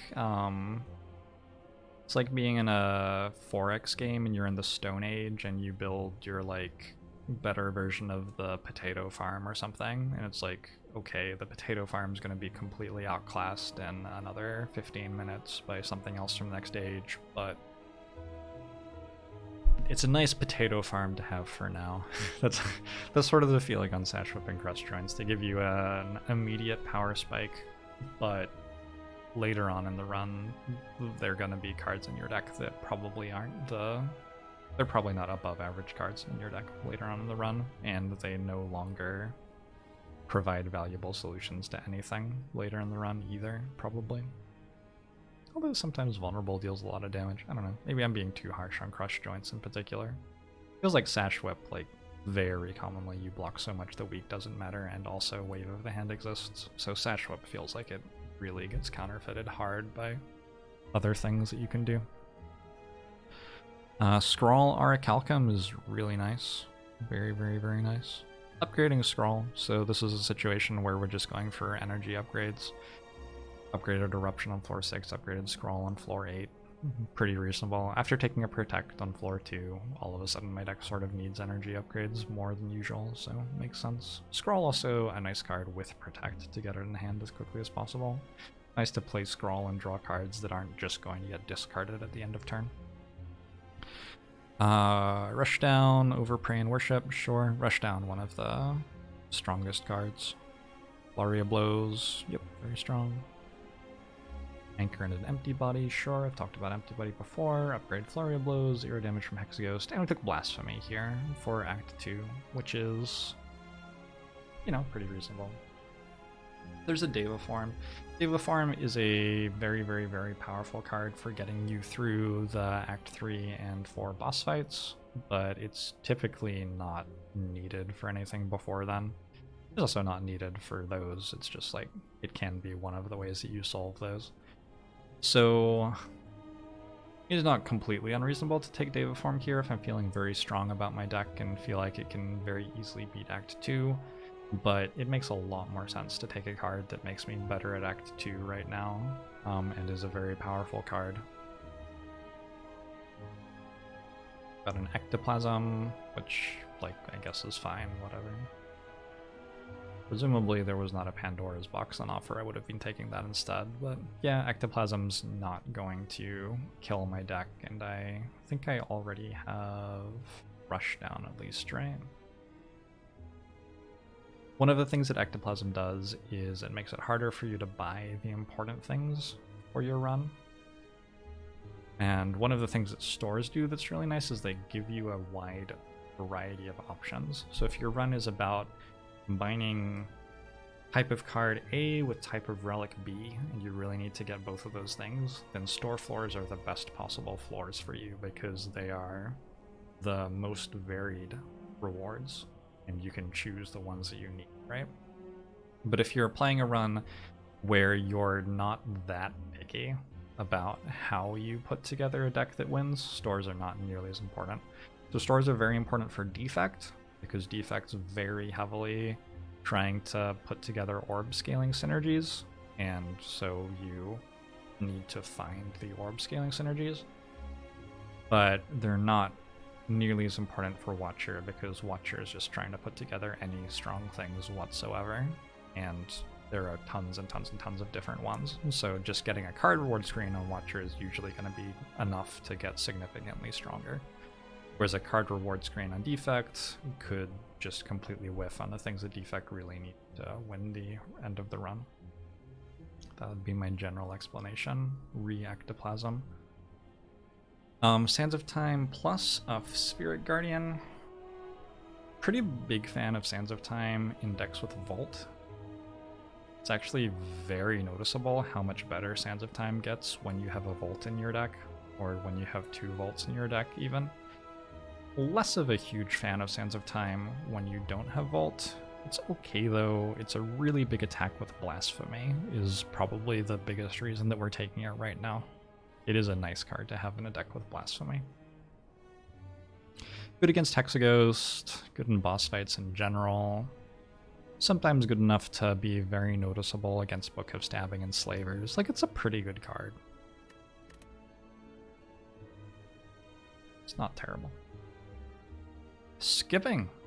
Flying Sleeve, Sash Whip, follow-up, just unexciting common attacks. We're past the point of the run where we care about those. We got an upgrade on Blasphemy and an upgrade on all of our Strikes and Defends. That's awesome. Still pretty happy to remove Strikes and Defends if we can, but Ancient Writing... I got asked on one of the earlier videos that I made whether Ancient Writing or Apparition Event was better. And I think the short answer was that I said Ancient Writing was probably better. The longer answer is Ancient Writing, I think, is a better option for enabling you to survive Act 2 than Apparitions are. And because they're both Act 2 events, that like matters a lot. Now, Apparitions let you do much stronger things late game, and you'll snowball runs of Apparitions that make Apparitions just look like the strongest thing ever. But you probably could have won those runs with upgraded Strikes and Defends anyway. They wouldn't have looked as strong, but you would have won. And upgrading all of your Strikes and Defends can take bad decks and turn them into winning decks as you're working your way through Act 2. When you ask which event is better, one thing to think about is, do you mean which event makes your deck have the highest score? Which event like snowballs you so much that you feel like a god and just kill everything and turn your brain off and it's awesome? Or do you mean which event is capable of making a run that you would have lost without it into a run that you win? Ancient Writing is capable of making a lot of runs that you would have lost without it into winning runs. Apparition can do that too.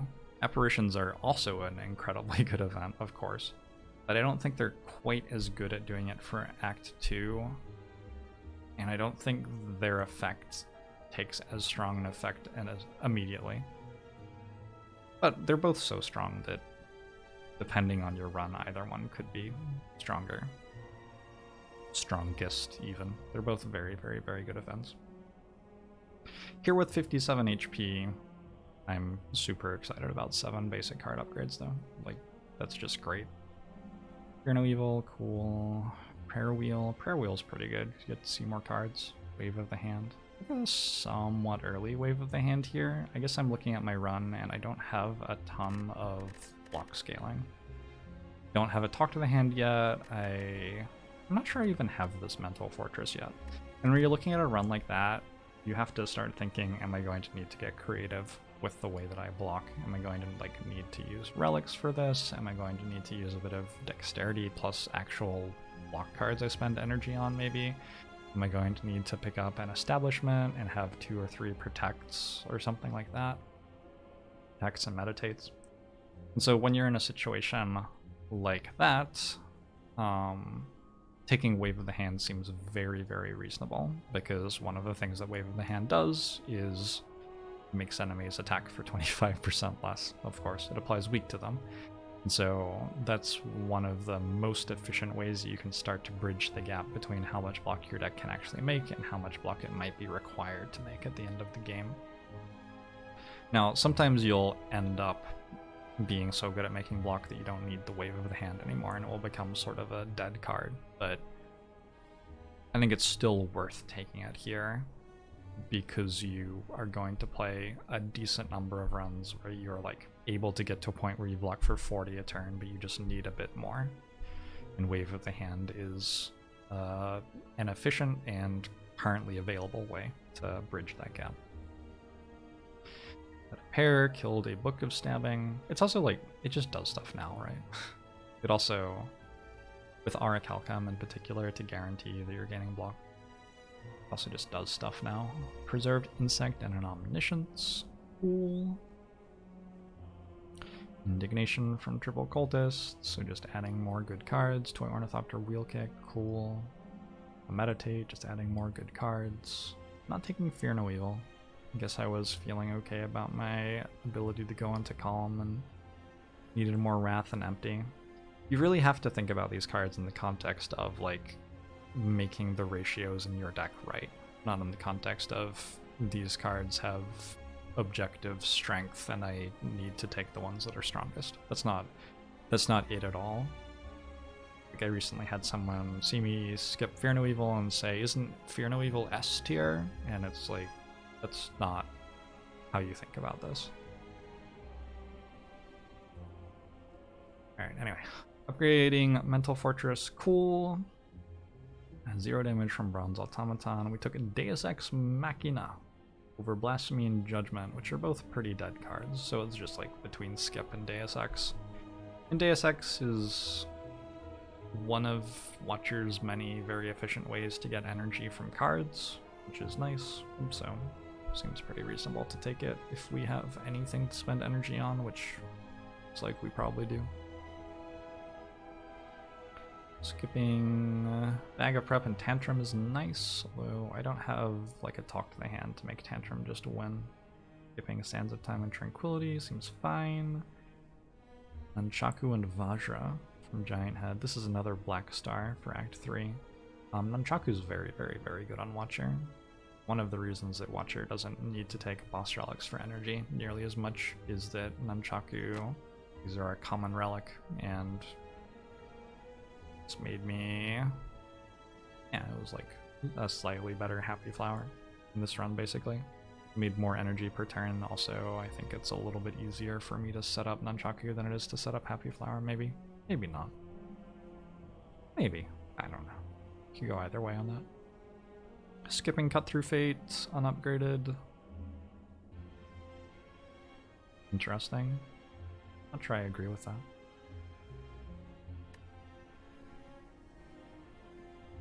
Looks like I ended up with 1 unupgraded and 2 upgraded. Maybe I just was feeling like, especially with the double wheel kick, they'd end up with a Foresight. Yeah, there's probably some point where you don't need to be taking unupgraded Cut Through Fates anymore. Skipping Empty Body Evaluate Indignation. It's like fine, I guess. Like a Nirvana over Wheel Kick and Flurry of Blows. All of this stuff is like, this is one of the constant issues with evaluating Watcher. In order to say which of these things is better, you have to establish which of them makes you turn a losing run into a winning run more often. But does this deck ever lose? Like, if the deck never loses, the question of which is better is meaningless already. Nirvana helps us make a little bit more block. Flurry of Blows helps us deal damage faster to like the Act 4 elites. Makes us proc Nunchaku a little bit often. Both okay.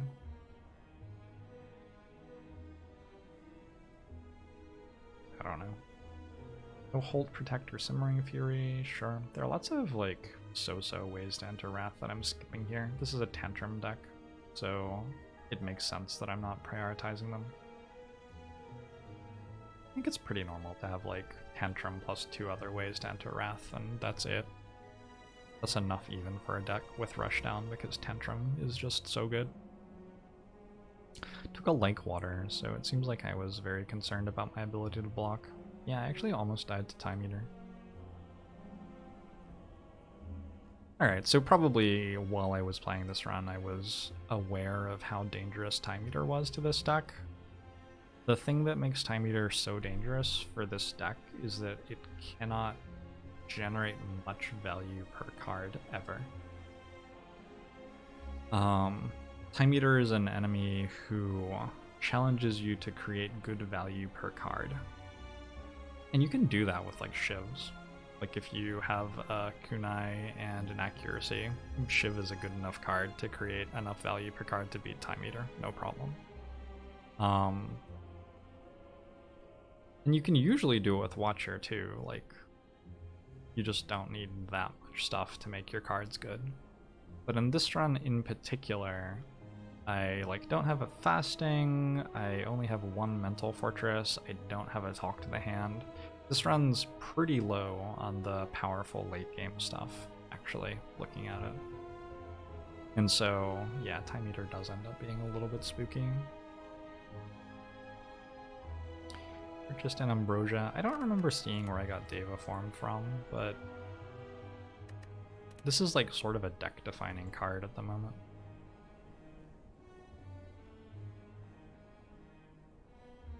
Deva Form is making the wheel kicks really good.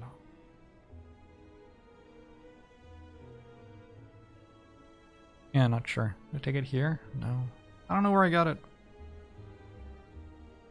Oh well. Elites take 0 damage, kill them in 2 turns. Pretty normal for a Watcher deck. I purchased Ambrosia. If I remember right, I didn't actually use that potion for the Elite fight. And we took 49 damage from the Corrupt Heart, killing it in 7 turns, which makes a ton of sense for this deck. This is a deck that's not going to scale up to a point where it can very easily block against the Heart, but it does deal a lot of damage, so it's going to kill it pretty quickly before it gets out of control. So, pretty cool run. It's interesting looking at how many close decisions there are between cards. I'm sure that looking at this a year from now, if I spent a year playing Watcher, I would look back and see this and think that I was making a mistake a lot of the time. But also, it's good enough to win. So, you know, it was good enough to win. It's good enough.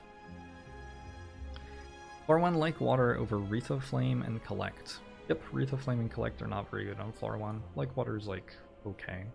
Pick an Empty Fist over Flurry of Blows. I think this choice is really close. Empty Fist versus Flurry of Blows. Empty Fist is really good in Act 1. Like, really, really, really good. So, not too surprised that I took Empty Fist. Gotta cut through Fates, beat up some small slimes, kill Gremlin Knob, get Tantrum Aura Calcum. Yep, this run is off to a great start. And then we get the Flurry of Blows anyway on floor 7. Doing very well, taking 0 damage against Lagavulin and all of a sudden. Meditate as well. Deck's insane. 4 paint in second Flurry of Blows. Deck's completely insane. I don't know. Do we need to look at the rest of this? At this point I've talked about most of these cards, so we can start skimming through things a lot faster. Omniscience from the Guardian. And a Fusion Hammer. Fusion Hammer is a little bit tricky because you do have some cards that are really important to upgrade. Upgrades are not all created equal. Like, some upgrades are much better than other upgrades. And yeah, not being able to upgrade your Talk to the Hand and like Mental Fortress and stuff is pretty rough. But on the other hand, being able to play 12 more damage worth of attack by playing another strike when you're in Wrath is pretty sweet too. And because we didn't take this at the Whale, we've had enough time to upgrade Flurry of Blows. Well, that's it. Oh, I went through 4 elites before I visited a campfire. Huh. Oh, Watcher.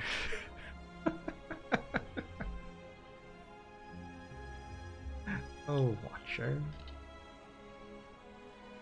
Alright, well, we're really not taking damage in Act 2, and it looked like we just picked up a meat on the bone, so...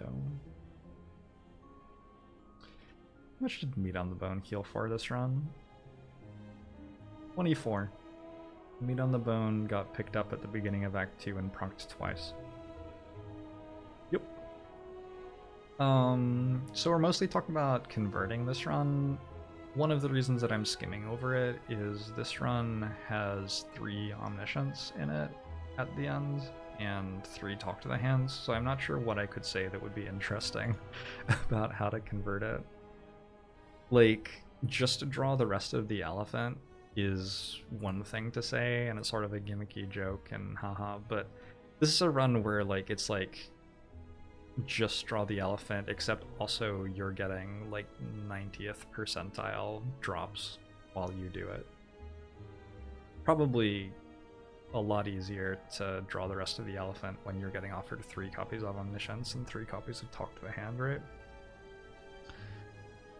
So, 0 damage from Shield and Spear, 0 damage from Corrupt Heart. GG. That was a quick one. Worth pointing out the orange pellets and duality combo here. Orange pellets cleared 53 debuffs at a rate of 0.7 per turn in this run, which is a lot of the time because it was clearing the dexterity down from duality.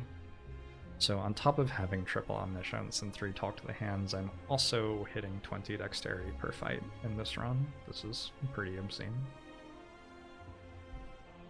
Took the Astrolabe at the end of Act 2. Ollie's Mirror on Omniscience, presumably. Okay, this is also a triple Omniscience run. Got Meditate, Cut Through Fate, removed a Strike after Meditate, Cut Through Fate. Sure, seems fine. Took a Weave. We already have the 1 Cut Through Fate, so we've got a little bit of Scry going on, and with a Weave in the deck already, Third Eye is an even better card. It's already a pretty good card in Act 1, but even better with Weave for sure. Early Talk to the Hand, with, again, Weave being a card that we can play as an attack spam. An Ornamental Fan, so lots of good things happening here. We have double Weave as of 410. This is a bit different. When you have 2 Flurries of Blows, Flurry of Blowses? Flurry of Blowses. When you have 2 Flurry of Blowses, your stat swapping cards are very, very powerful, right? But when you have 2 copies of Weave, all of a sudden your Scry cards become very powerful. And Scry cards being very powerful doesn't actually change that much about how you build your deck, honestly. So, mostly we're still using them to find ways to enter Wrath and exit Wrath, and to set up our powers faster, but also there's this nice extra thing where they're killing all of the enemies for us when we play them, because the Weaves come back. Oh, and they're like making us a bunch of block with Ornamental Fan, and then probably later we'll get a Shuriken or something. Nope, not this run. Unlucky. Not actually unlucky. Run's fine. Fear No Evil, fine. Yeah, Fear No Evil over Wave of the Hand. Wave of the Hand is very clunky early on in the game. When you only have 3 energy and you're only drawing 5 cards a turn, and the enemies don't even attack you for that much, it's just not really worth it to try to make it work most of the time.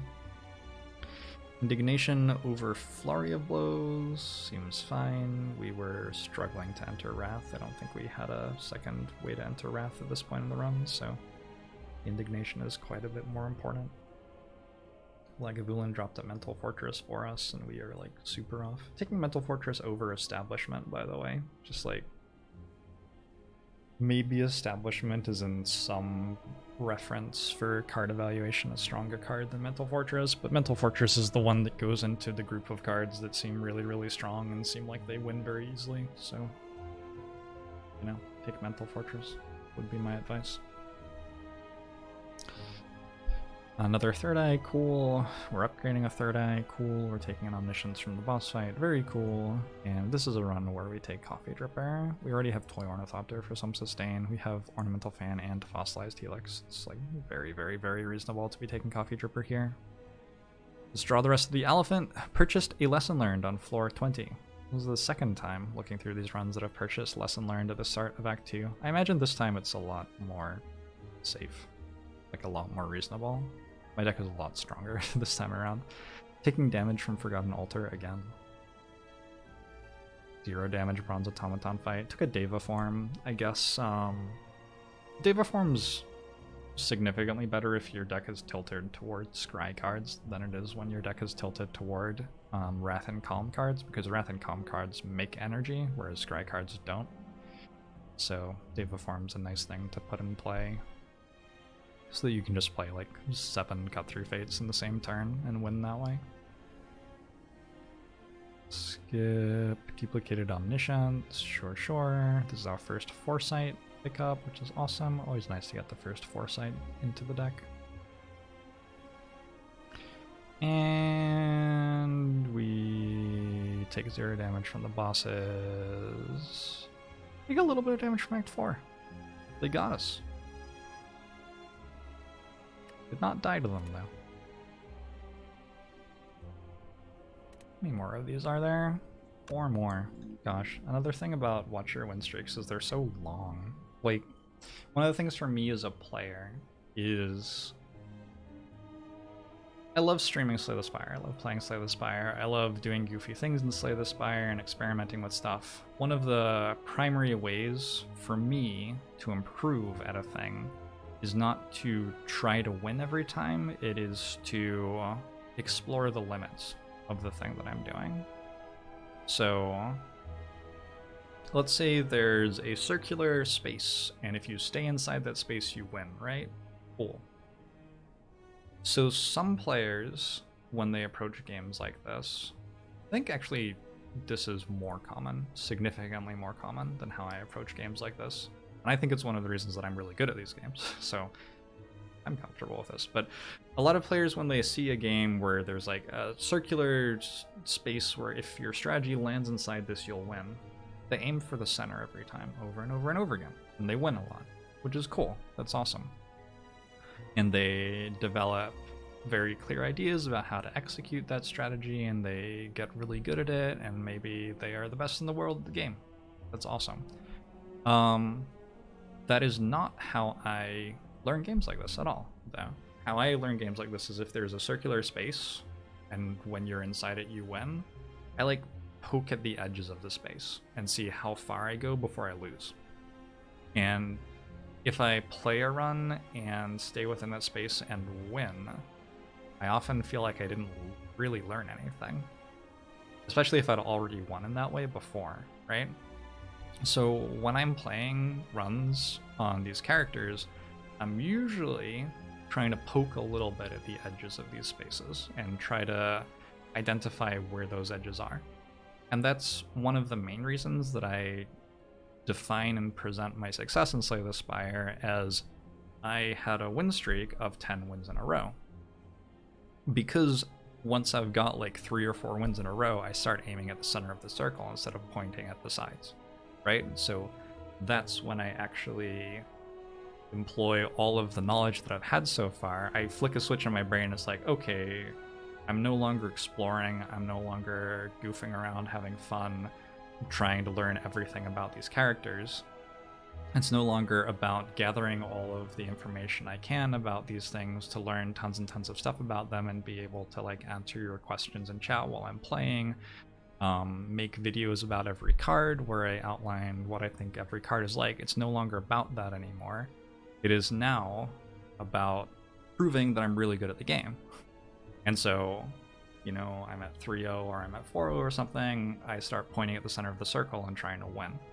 And I think the fact that I have like multiple times more win streaks established in Slay the Spire of the history of the game than anybody else in the world is incredibly powerful evidence that I have an understanding of Slay the Spire that is at an incredibly, incredibly high level.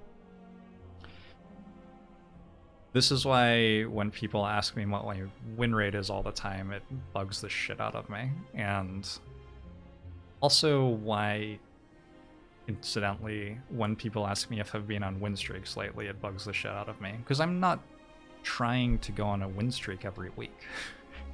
I'm trying to have fun and present the game and learn as much as I can about it, and maybe I'll like happen upon a win streak every now and then, sure. But in general, my hope is that I've already proven by setting world record streaks over and over again for years that I'm really fucking good at the game. And at that point, it's not about me using all of my brain to try to win each individual run over and over again. It is now at a point where it's about me using runs to entertain my audience and teach other people to play Slay the Spire, and, you know, share my knowledge with other people so that they can succeed at the game as well. That is my goal as a content creator in the Slay the Spire space, and that's why, you know, it really irritates me when people like get super results oriented with the games that I'm playing and stuff like that.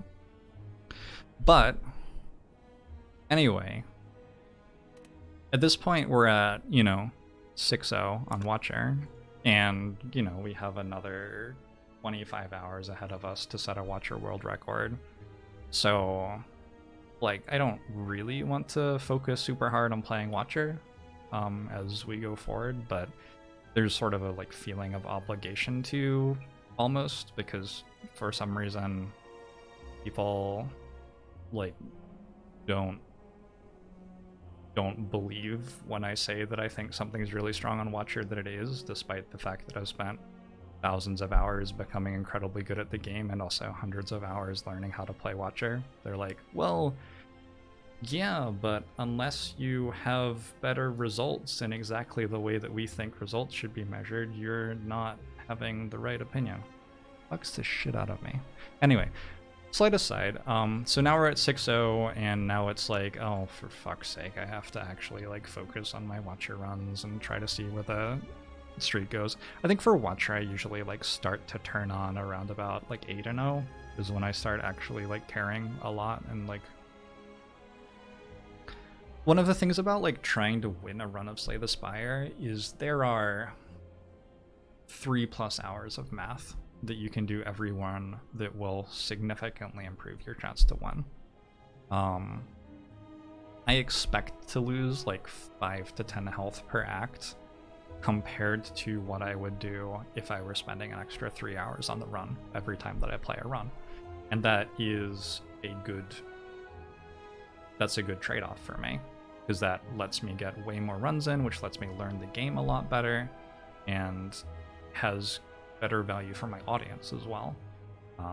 In general, I think a lot of people want to be able to, you know, chill out and watch a run in the evening, and if you're watching on 1.5 times or 2 times speed, a 2-hour run is pretty reasonable to watch like after dinner as you're winding down. That's my hope with my Slay the Spire content. But now, as we get more toward actually having a lengthy win streak, I'm starting to think, oh, I guess I should actually focus on this. And with Watcher, the length of time that you have to focus is so long.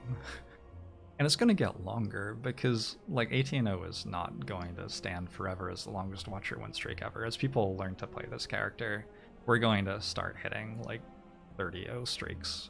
I'm pretty confident. If you look at the FTL community, which is a community that I used to win streak in a long time ago, I got a 23-0 on hard no pause, and that was very, very long at the time. The best was 26-0. And we were playing like 70 to 80% win rate, I would say. But we were, of course, playing lots of runs, so FTL runs actually take longer than Slay the Spire runs, probably. They take like 3 hours each. Now, the FDL hard no pause world record is like 80+. So that's 240 hours of playing the game without winning. You reach a point where the beautiful thing about win streaks as a proof of mastery of something is that anybody could sit down and break my rotating world record in 30 hours. If they were really good at the game, that is the like minimum threshold for how long it would take them to beat my world record. Now, of course, nobody actually has like a 100% world record, 100% win rate rather. So it's going to be pretty hard for somebody to just luck into that in 30 hours.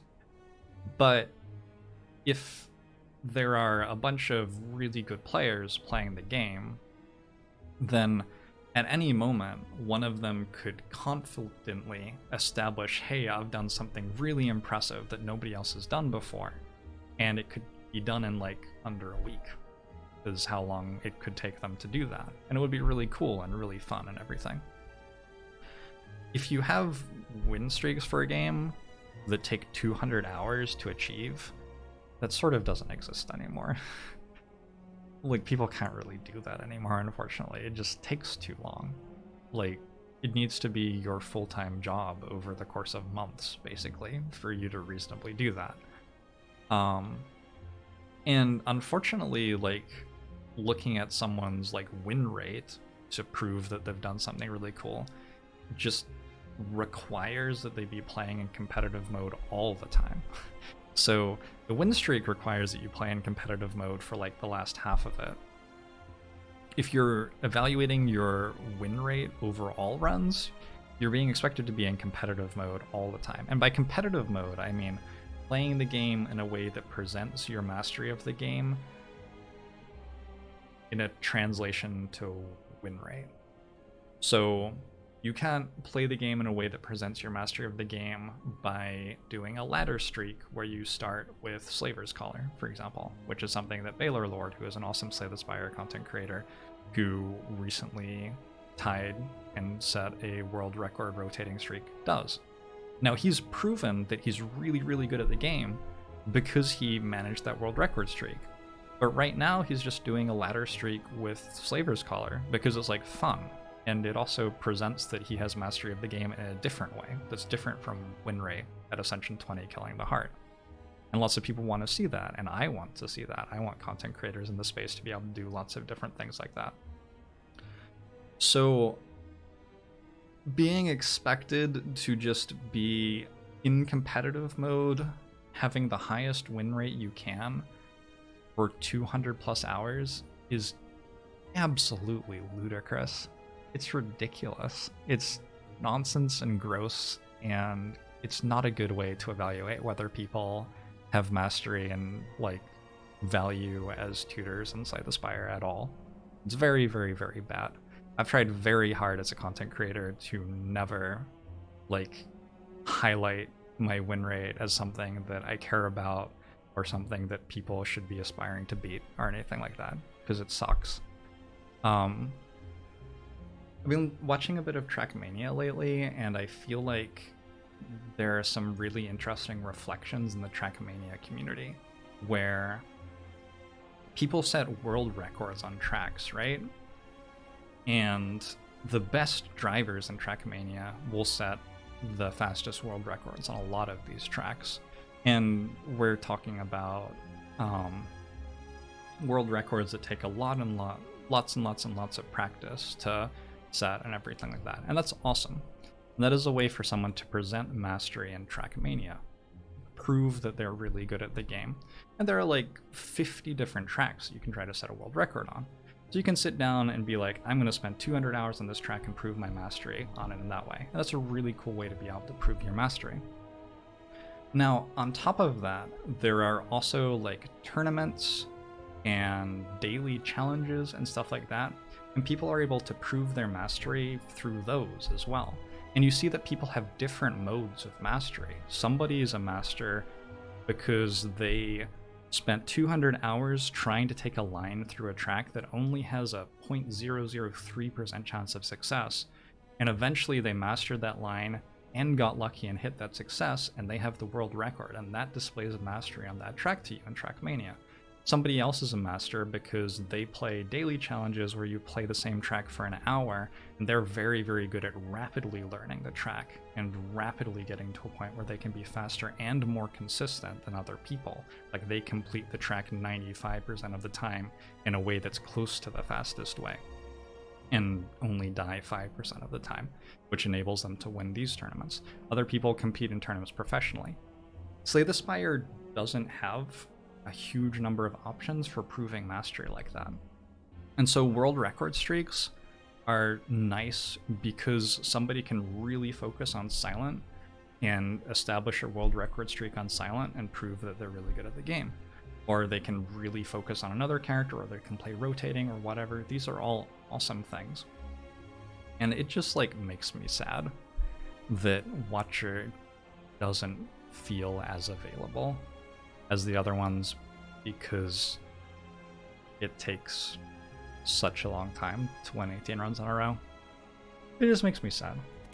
This was a long-winded tangent, I guess, but I know a lot of people are interested in my opinions about like win rate. A lot of people ask me what my win rate is, and those are all of my answers, basically. I still also... Another thing that bugs me is like the people who really heavily publicize their win rates and talk about it all the time don't have higher win rates than me, really. Like, but they're like, I am so good at this character, look at my 60% win rate. And I like look at my runs on that character over the last 50 and I have a 70% win rate on that character, and I'm like, huh? Look, I am the best Watcher player in the world because I have gone 47-3 on Watcher one time over a year ago, and I'm like sitting here like 18-1 over my last 19 Watcher runs going like, huh? Like, at some point you need to let people establish that they are masters of something, sure, but there need to be lots of different ways for you to establish mastery in a game, and also you need to be able to recognize that lots of different people have different types of mastery of the game, and that's really awesome, and you can learn from everyone instead of just fixating on like one person is the best at one metric. And yeah, that is my spiel as like somewhat of a leader of Slay the Spire as a like competitive game, which it isn't, by the way, and I don't try to be better than other people by the way that I play Slay the Spire in any way. That's not my goal. But a lot of people look to me as one of the best Slay the Spire players in the world, or even the best Slay the Spire in the world. And my general response to that is like, I'm very good at Slay the Spire and hopefully create value in the way that I play Slay the Spire, and hopefully you enjoy my content and learn a lot from me. I'm not trying to prove that I'm better than other people. I'm trying to prove that I am a master of this game in a way that can teach you something, you personally. And there may be people who are worse at this game than me, who are better at teaching you about it. And there may be people who are better at this game than me in certain ways, but if they can't teach you about it, they don't have as much value to you personally, right? I don't think there's like abstract value in being super good at Slay the Spire. That needs to be talked about and like competed for. I just think it gets weird. Alright, so we took current HP damage again. At the start of this video I said not to do that very often, but apparently I do it more than I thought I did. Also, I keep on like not resting as I go through Act 1, so... I don't know. This Act 1 was a slime boss ending, so against slime boss is sort of rough as Watcher because usually you just take 0 damage, but sometimes you draw wrong and take like 30 or 40, and so a slime boss act, if you don't have good potions, sort of costs you an upgrade because you have to rest for the boss fight even though you usually don't need the health. But you know, it's way better to rest and turn a 90% chance to win the act into a 100% chance to win the act than it is to not rest, get an upgrade, but lose the run 10% of the time. That's just how the math works. Meditate, cut through fade, bowling bash. I looked through this and it didn't seem very unique, really. It's just like, I think it's a double meditate Act 1, which I guess is a little bit interesting, with only eruption for my wrath stats. But for the most part, these runs are going to be pretty similar to each other. I'm a little bit weaker than I have been in some other runs. I'm resting in Act 2. I'm not taking as many elites in Act 2, you might notice. Act 2 hallway fights aren't necessarily a lot easier than Act 2 elite fights. Like, I killed Book of Stabbing in 2 turns, taking 0 damage, for example, and there are definitely hallway fights that can be a lot tougher for me than that, but it looks like I took 0 damage in the second half of Act 2. There's generally some point where you just... Presumably when I, like, purchased orange pellets and Tantrum at this store, there's some point where you lift off and start vibing. Got a Pandora's box to turn all of my basics into real cards. So now we should be... Let's see. I didn't drop below 60 health in the entire act. Yeah, so... super strong and we win. Another thing I want to like address really quickly is balance of this game, because a lot of people have picked up that I'm talking about how super high win rates aren't super great and stuff like that. I do think that the balance of this game has gotten worse for high level play over the last year and a half maybe, and I think making these videos is a great chance to highlight it, because when I look at a run like this, you've seen how many of these runs I'm like, okay, as of halfway through Act 2 I never take damage again. There's just no real reason to talk about the rest of the run. And you know, that takes 30 minutes to an hour and a half to play, even though you're not taking damage. You still have to sit there and play it.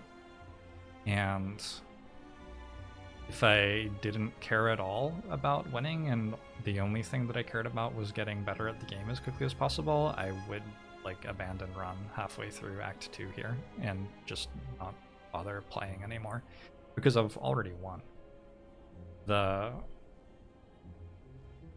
fastest way to get better at the game is to spend as long as possible playing in situations where your decisions can make you win or lose.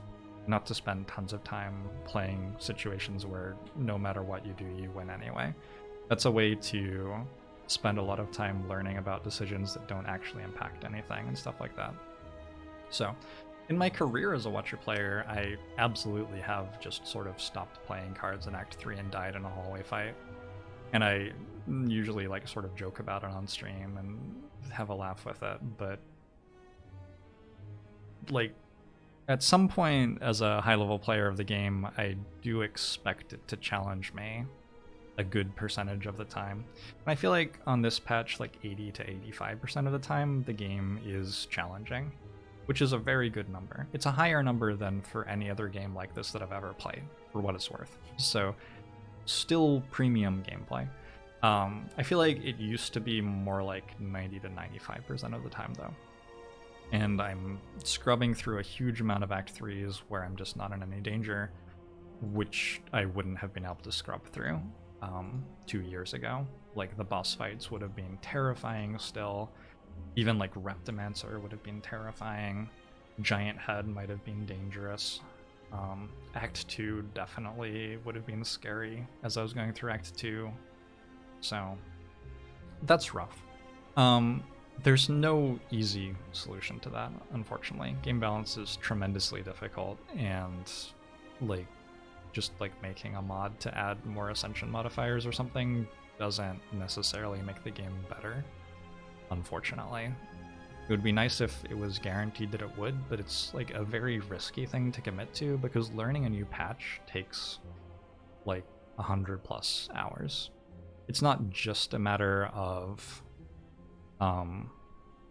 like reading the patch notes and then changing how you play, right? And I have a lot of experience in this game playing lots of different patches, so I think I'm very capable, also trying tons of different things on those patches. I think I'm very, very, very capable of adapting how I play very quickly to a new patch. There's some luck involved every time a new patch comes out. If the way that I'm used to playing a character matches well with what is right to do on the new patch, it's going to be really easy for me to very quickly adapt to that patch. If that isn't true though, it could take a while for me to get used to playing that patch, and then after 100 or 200 hours of learning it, I might find out that the gameplay was worse than regular Slay the Spire. So that's a huge commitment for me to make, and generally if I'm going to invest hundreds of hours into learning something, I want to really trust the developers of the game and think that they know what they're doing. And this is why I don't invest a ton in mod characters. I don't play a lot of other games like Slay the Spire for very long. Like Monster Train was pretty good.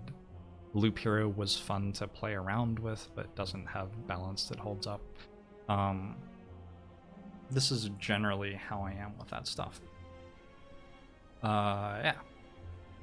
So while I am expressing concern and a little bit of sadness and maybe frustration that so many of these runs are easy, I still love the game and I still want to keep playing it. And it's still a very, very, very good game, which is better than any other game like it, in my opinion. It's just sometimes I think whimsically about playing on patch 1.0 and how much fun that was. And people have also suggested, like, why don't you go back and play patch 1.0? And I want to, as a content creator, play the game that other people are playing, and everybody's playing this patch, and my value to those people is largely showing them how to play this patch. So I want to keep doing that. But maybe in the future. I don't know.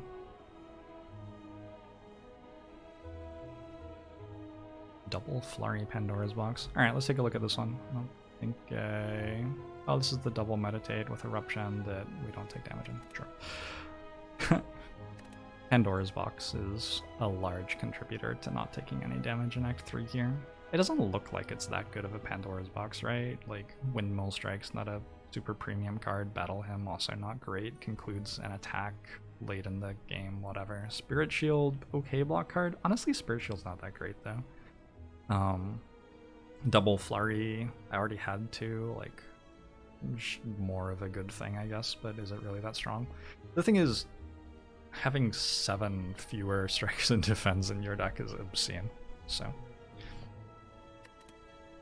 Alright. Empty Fist, Rush Down, Meditate, Sash Whip, Fear No Evil, upgraded Empty Fist. We are pretty much online here. I remember this run. This run was 4 days ago, so it makes sense that I would remember it. I spent a long time trying to decide whether to pick up Tiny Chest or not here. Because if I'm playing a deck that needs energy and wants to pick up an energy relic, the amount worse that Tiny Chest makes Cursed Key is much more significant than how much it gives you by giving you more question mark 4s. Actually a close run if I remember right.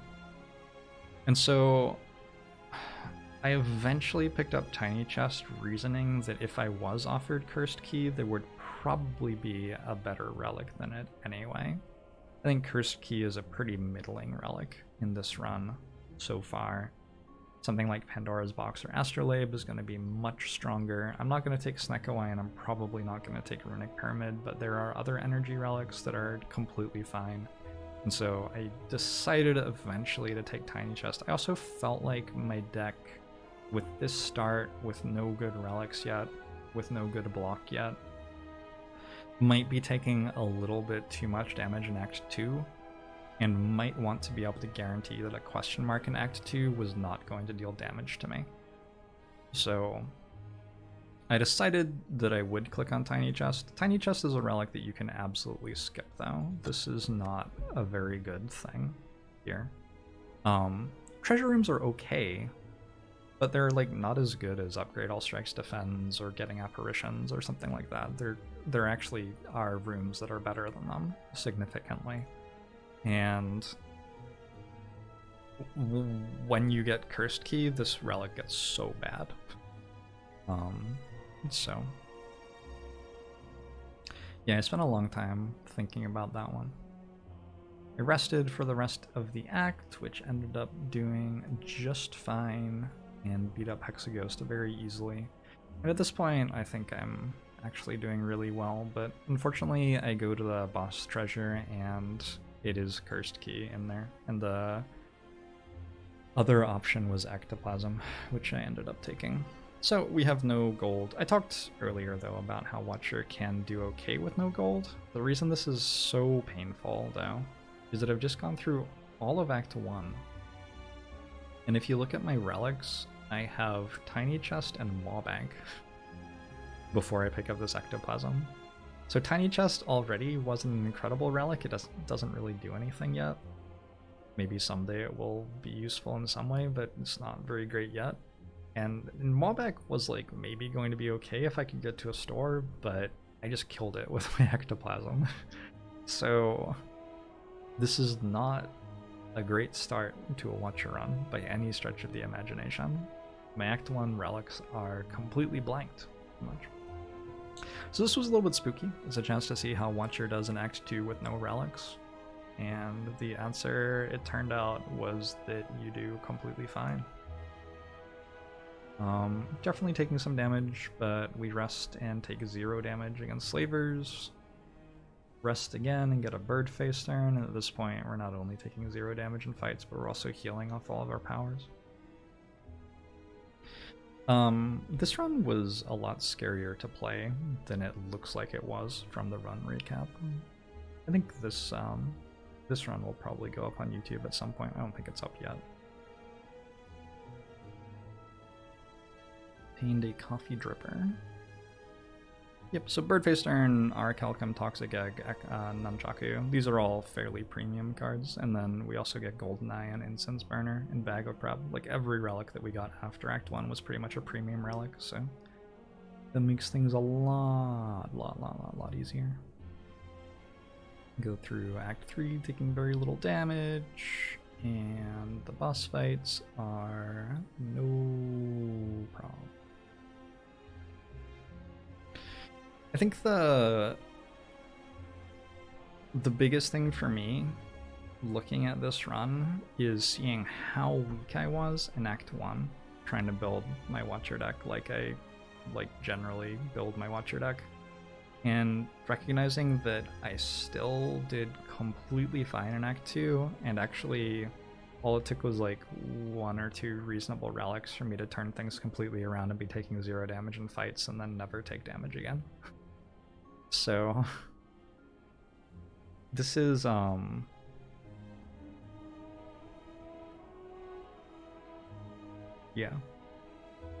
This is an interesting study in how little you actually need to get through Act 2 on Watcher, I guess. And also how little you need from Act 2 to become very, very strong late game. Double Volt plus Sands of Time was really, really good in this run. That often did a very large amount for me.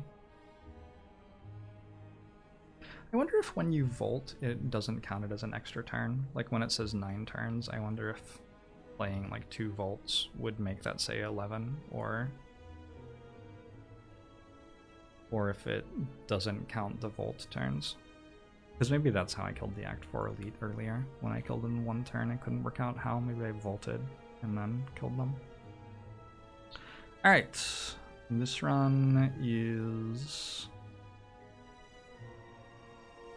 not as scary at all. In fact, this run I played very, very recently and remember very clearly. This is a run that took a very long time to win, 2 hours and 15 minutes. But the reason it took so long is that I had like Frozen Eye and I just had so much strong stuff, basically. This run just had a tremendous amount of things to think about in terms of how am I going to play Wish multiple times in the fight, how am I going to play Lesson Learned in the fight, possibly multiple times. And so this was an interesting run to play because it was an exercise in maximization. And if you enjoy exercises in maximization, Watcher's gonna like give you all sorts of joy for sure. But it was not a very close run. I also took Black Star at the end of Act 1, despite my Act 1 already giving me incredibly strong relics. Actually took Decay at the Forgotten Altar. First time looking at this that I've done that. So yeah, I was a little bit spooked, I guess, going into Act 2. But then I got very strong very quickly from there. I picked up Wing Boots in this chest, and after having been 22 out of 72 HP on floor 23 after the Taskmaster fight, like it seems like I should be pretty spooked. But I just flew to 3 elite fights in a row immediately and got even more strong. and managed to still be pretty healthy. Didn't have to rest for the boss fight, and then we're good. Oftentimes when I lose as Watcher, it's trying to push Act 2 as hard as I possibly can to see if I can or not. And because of that, some of the runs that I win, I did push Act 2 too hard and just got lucky, right? But I feel like the more that I do it, the more of a clear idea I have. I do it in Act 1 as well. The more of a clear idea I have of just how broken this character can be in difficult fights, and also how rapidly she can scale off of the good rewards that you can get from these elite fights. This is the most recent run, putting us up to 10-0, and I remember this one being pretty interesting too. Like, I skipped my first reward. I didn't get anything incredible in the store. I got a complete brick from this event. One Fear No Evil and Empty Fist, though, is enough to get us through Sentries. Oh yeah, the act was like forcing me into an elite fight before Campfire 2, basically, which was okay. Maybe it wasn't forced, but it was like necessary if I wanted to get 3 elites. I think that's actually what was going on. Yeah, no. This is the Hand of Greed from the Whale run, though. So I had Hand of Greed helping me out this entire time, and that was giving me a single huge attack, which coupled with Wrath would kill things very easily, and also, of course, it gives you gold when you kill the stuff, so. And then once I picked up Lizard Tail here, I've got Oddly Smoothstone, Art of War so far, which are not incredible Watcher relics. Watcher tends to block off powers and attacks and relics, so not by playing like Defend, which is Oddly Smoothstone really wants you to block by playing Defend, but that's not really what Watcher does. So that's not incredible, and Art of War, Watcher tends to play lots and lots of attacks every turn, right? But Art of War still is capable of being very good, because Watcher also is pretty into setting up a big turn and then taking the big turn after setting up. So I would have plenty of turns where I would like played 2 block cards and a Meditate for Eruption, and then I could play Eruption the next turn, and I would have an extra energy for doing whatever I wanted to do with it. So the relics are okay, but not great, I guess is basically what I'm saying. And then I picked up Lizard Tail, and I actually felt like Lizard Tail made me so much stronger here. And the reason isn't that it does something strong, because it doesn't, right? The reason is that I can now go through the most aggressive remaining Act 1 and all of Act 2 paths, pretty much. And if I die and lose Lizard Tail, that's fine, but probably I'm not even going to lose Lizard Tail. It's just like, this is security against a bad draw order, and the stuff that I'm going to get by killing all of the elites that are going to be made available to me is going to be enough to win the run easily. So that's the expectation. We got a Foresight, awesome. Wheel Kick, awesome. I think I remember being offered like 4 signature moves in this run, sort of funny. Pentagraph from Sentries is fine. Not taking Fasting here. Somebody asked me, like, isn't Fasting a really good card? This is a situation where I had a Wheel Kick and a Hand of Greed and only 3 energy, so this is not a situation where Fasting is a good card. Basically, Fasting, not great if you're trying to spend all of your energy on singular big cards that don't scale in any way with it, which probably makes sense. Beat Hexaghost. I did take 36 damage. I must have used a potion thing? I don't know. Again, Omniscience. Oh, I had Pantograph, that's why I took 36 damage, sure. And then I took Holy Water. Holy Water is actually really good. This is one thing that I failed to mention when I was talking about Boss Relic Swap at the start of this analysis. But Holy Water is just incredibly good. You have a character who likes killing things on turn 1 and 2 and 3 quite a lot. A character who has access to the card Scrawl. These miracles can upgrade with an upgrade potion or with Apotheosis to give twice as much energy. This is a premium boss relic for sure, so very happy to pick that up. And once I have Holy Water, I'm doing much better for energy at the starts of fights, which is going to be enough for like all of the Act 2 stuff up until the boss. But with Holy Water, you may need some help with energy toward the end of the fight still. So that means just making sure that you have good stat swapping. That can be enough to do it for you.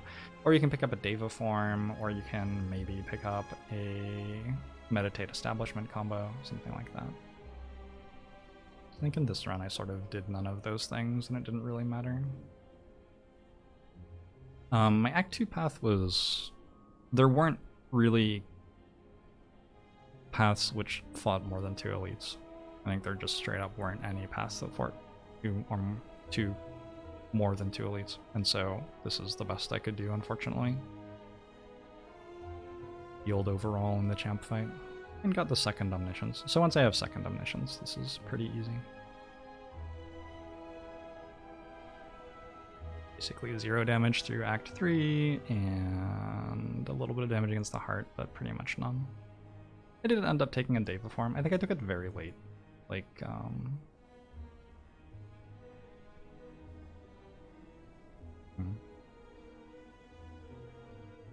Oh, I bought it here. Yeah. So, if you can put Deva form in play, it's insanely good.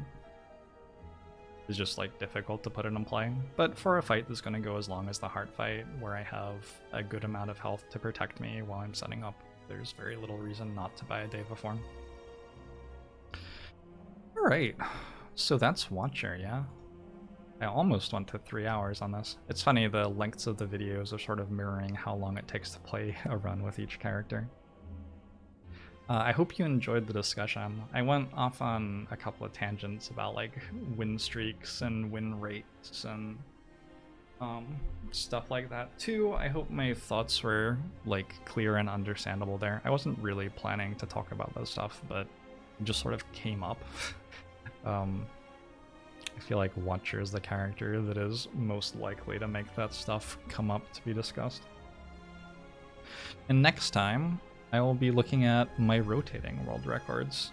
There's gonna be a lot less clear of the video because it keeps on skipping between characters, so I'm not entirely sure what I'll do with it. I would love it if people left comments saying what they like about these videos and what they don't like as much, so I can try to refine for the rotating world records.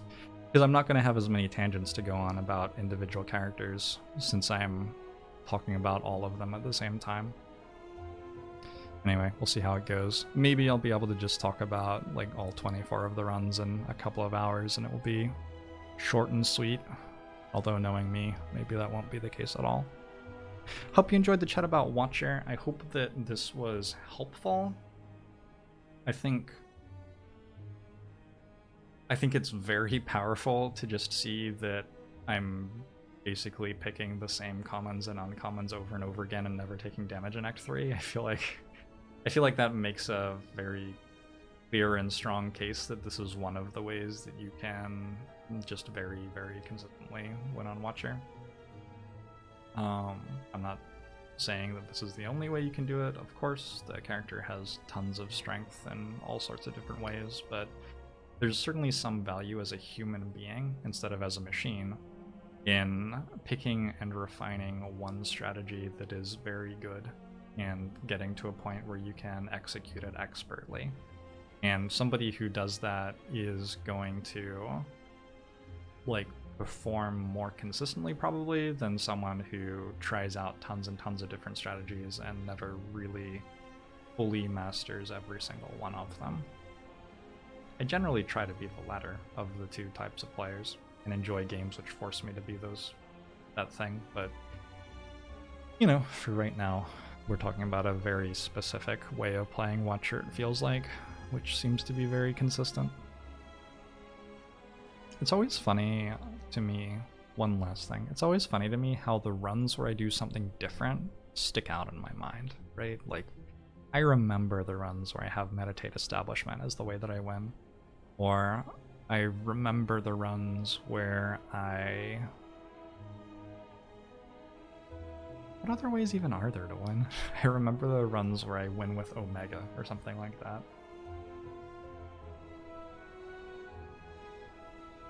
And having played those runs, I now understand a lot about how those types of things work, which is cool. So in the future, if I'm forced to do that again, I can do it and I'll have a head start. I'll know a lot already about how that's going to play out. But when I look at these win streaks, for all 4 of them, pretty much, like the runs all look very, very standard to me. Like, yes, this is the standard strong thing that the character does pretty much. For Silent, there are like 2 different strong things that she does, and you have to pick one or the other based on which cards are presented to you and which relics are presented to you. But for the other characters, it feels a little bit more linear at the moment. I feel like Ironclad used to feel more varied, but is now pretty linear. With the buffs that have happened to Ironclad, it's just... It felt like you used to have to pick one of the things and focus on making it strong a lot more, and now you can have 2 or 3 different things going on Ironclad at the same time, and you'll be good enough to win, and you'll win much more often because you're not risking bad card rewards, basically, where you don't get offered anything that contributes to your deck.